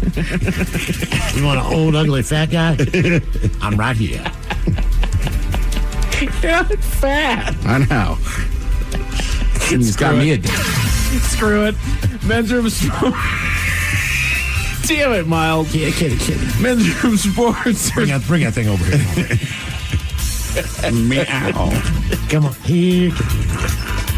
There's college football on ESPN2 between New Mexico State and Jacksonville, preseason basketball on NBA Network and ESPN, hockey over on TNT, and MLB playoffs on TBS between New York and Kansas City for Game 3, and Game 4 between the Dodgers and the Padres starts in just a few minutes over on FS1. As far as your weather, light and variable winds are moving in tonight to bring the cloud cover, and the temperature's down below 50 degrees, leading us into tomorrow where we've got partly cloudy skies and a high of right and around 62. It's going to be it for your headlines. With that, Mike Hawkins out. Thanks, sir. We appreciate it. We'll see you next time for the head chef, Ted's Meat and Potatoes, and the game known as Big Dummy. The lovely Jolene is up next. Yes, indeed. It's all true. But in the meantime, well, we'll be all about this bitch. So until next time, please do what you do best. And for Aletha's sake, stay beautiful. The Men's Room has been taped before a live studio audience. Wardrobe and makeup provided by Mantastic Limited. This has been a presentation of the Men's Room Radio Network. Oh, man! A Double Flush production. We know what they really want this holiday. The perfect pleasure present from Lovers. Find a sexy gift for a loved one and grab something to satisfy yourself, too. Lovers has all the toys and accessories for every desire. Lovers Rewards members can win a holiday sweepstakes grand prize worth over $4,000. With 18 Western Washington locations, Lovers is the place for the hottest holiday gifting. Mention presents for 20% off your purchase. Visit loversstores.com for official sweepstakes rules. Amazon fall favorites are here to make you say, with low prices on home, beauty, and fashion brands like Amazon Essentials. So hold on to your pumpkin spiced whatevers and save on fall favorites at Amazon. This episode is brought to you by Progressive Insurance. Whether you love true crime or comedy, celebrity interviews or news, you call the shots on what's in your podcast queue. And guess what? Now you can call them on your auto insurance too with the Name Your Price tool from Progressive. It works just the way it sounds. You tell Progressive how much you want to pay for car insurance, and they'll show you coverage options that fit your budget. Get your quote today at Progressive.com to join the over 28 million drivers who trust Progressive. Progressive Casualty Insurance Company and Affiliates. Price and coverage match limited by state law.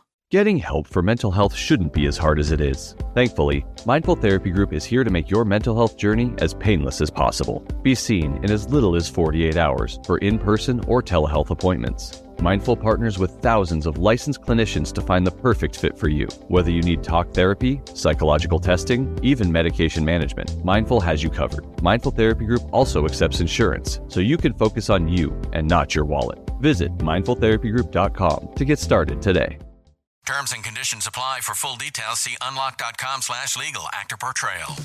Lisa, thanks for having me over. Your new kitchen is gorgeous. How did you find the money to do it? We worked with this great company, Unlock. They help you unlock the future value of your home to get the cash you need today. So it's a home equity loan? No, it's not a loan at all. There's no monthly payments and no interest charges ever. And you can use the money however you want. We were able to redo our kitchen and pay off our credit card debt. Wow, Jack and I could really use this to finally pay off our old student loan debt. How do I get started? It's easy. Just go to their website. Go to unlock.com/radio to unlock the value in your home and get up to $500,000 in cash with no monthly payments and no interest ever. Pay off debt, improve your home, add to your retirement fund. It's up to you. Go to unlock.com/radio right now to see if you qualify to unlock the value in your home.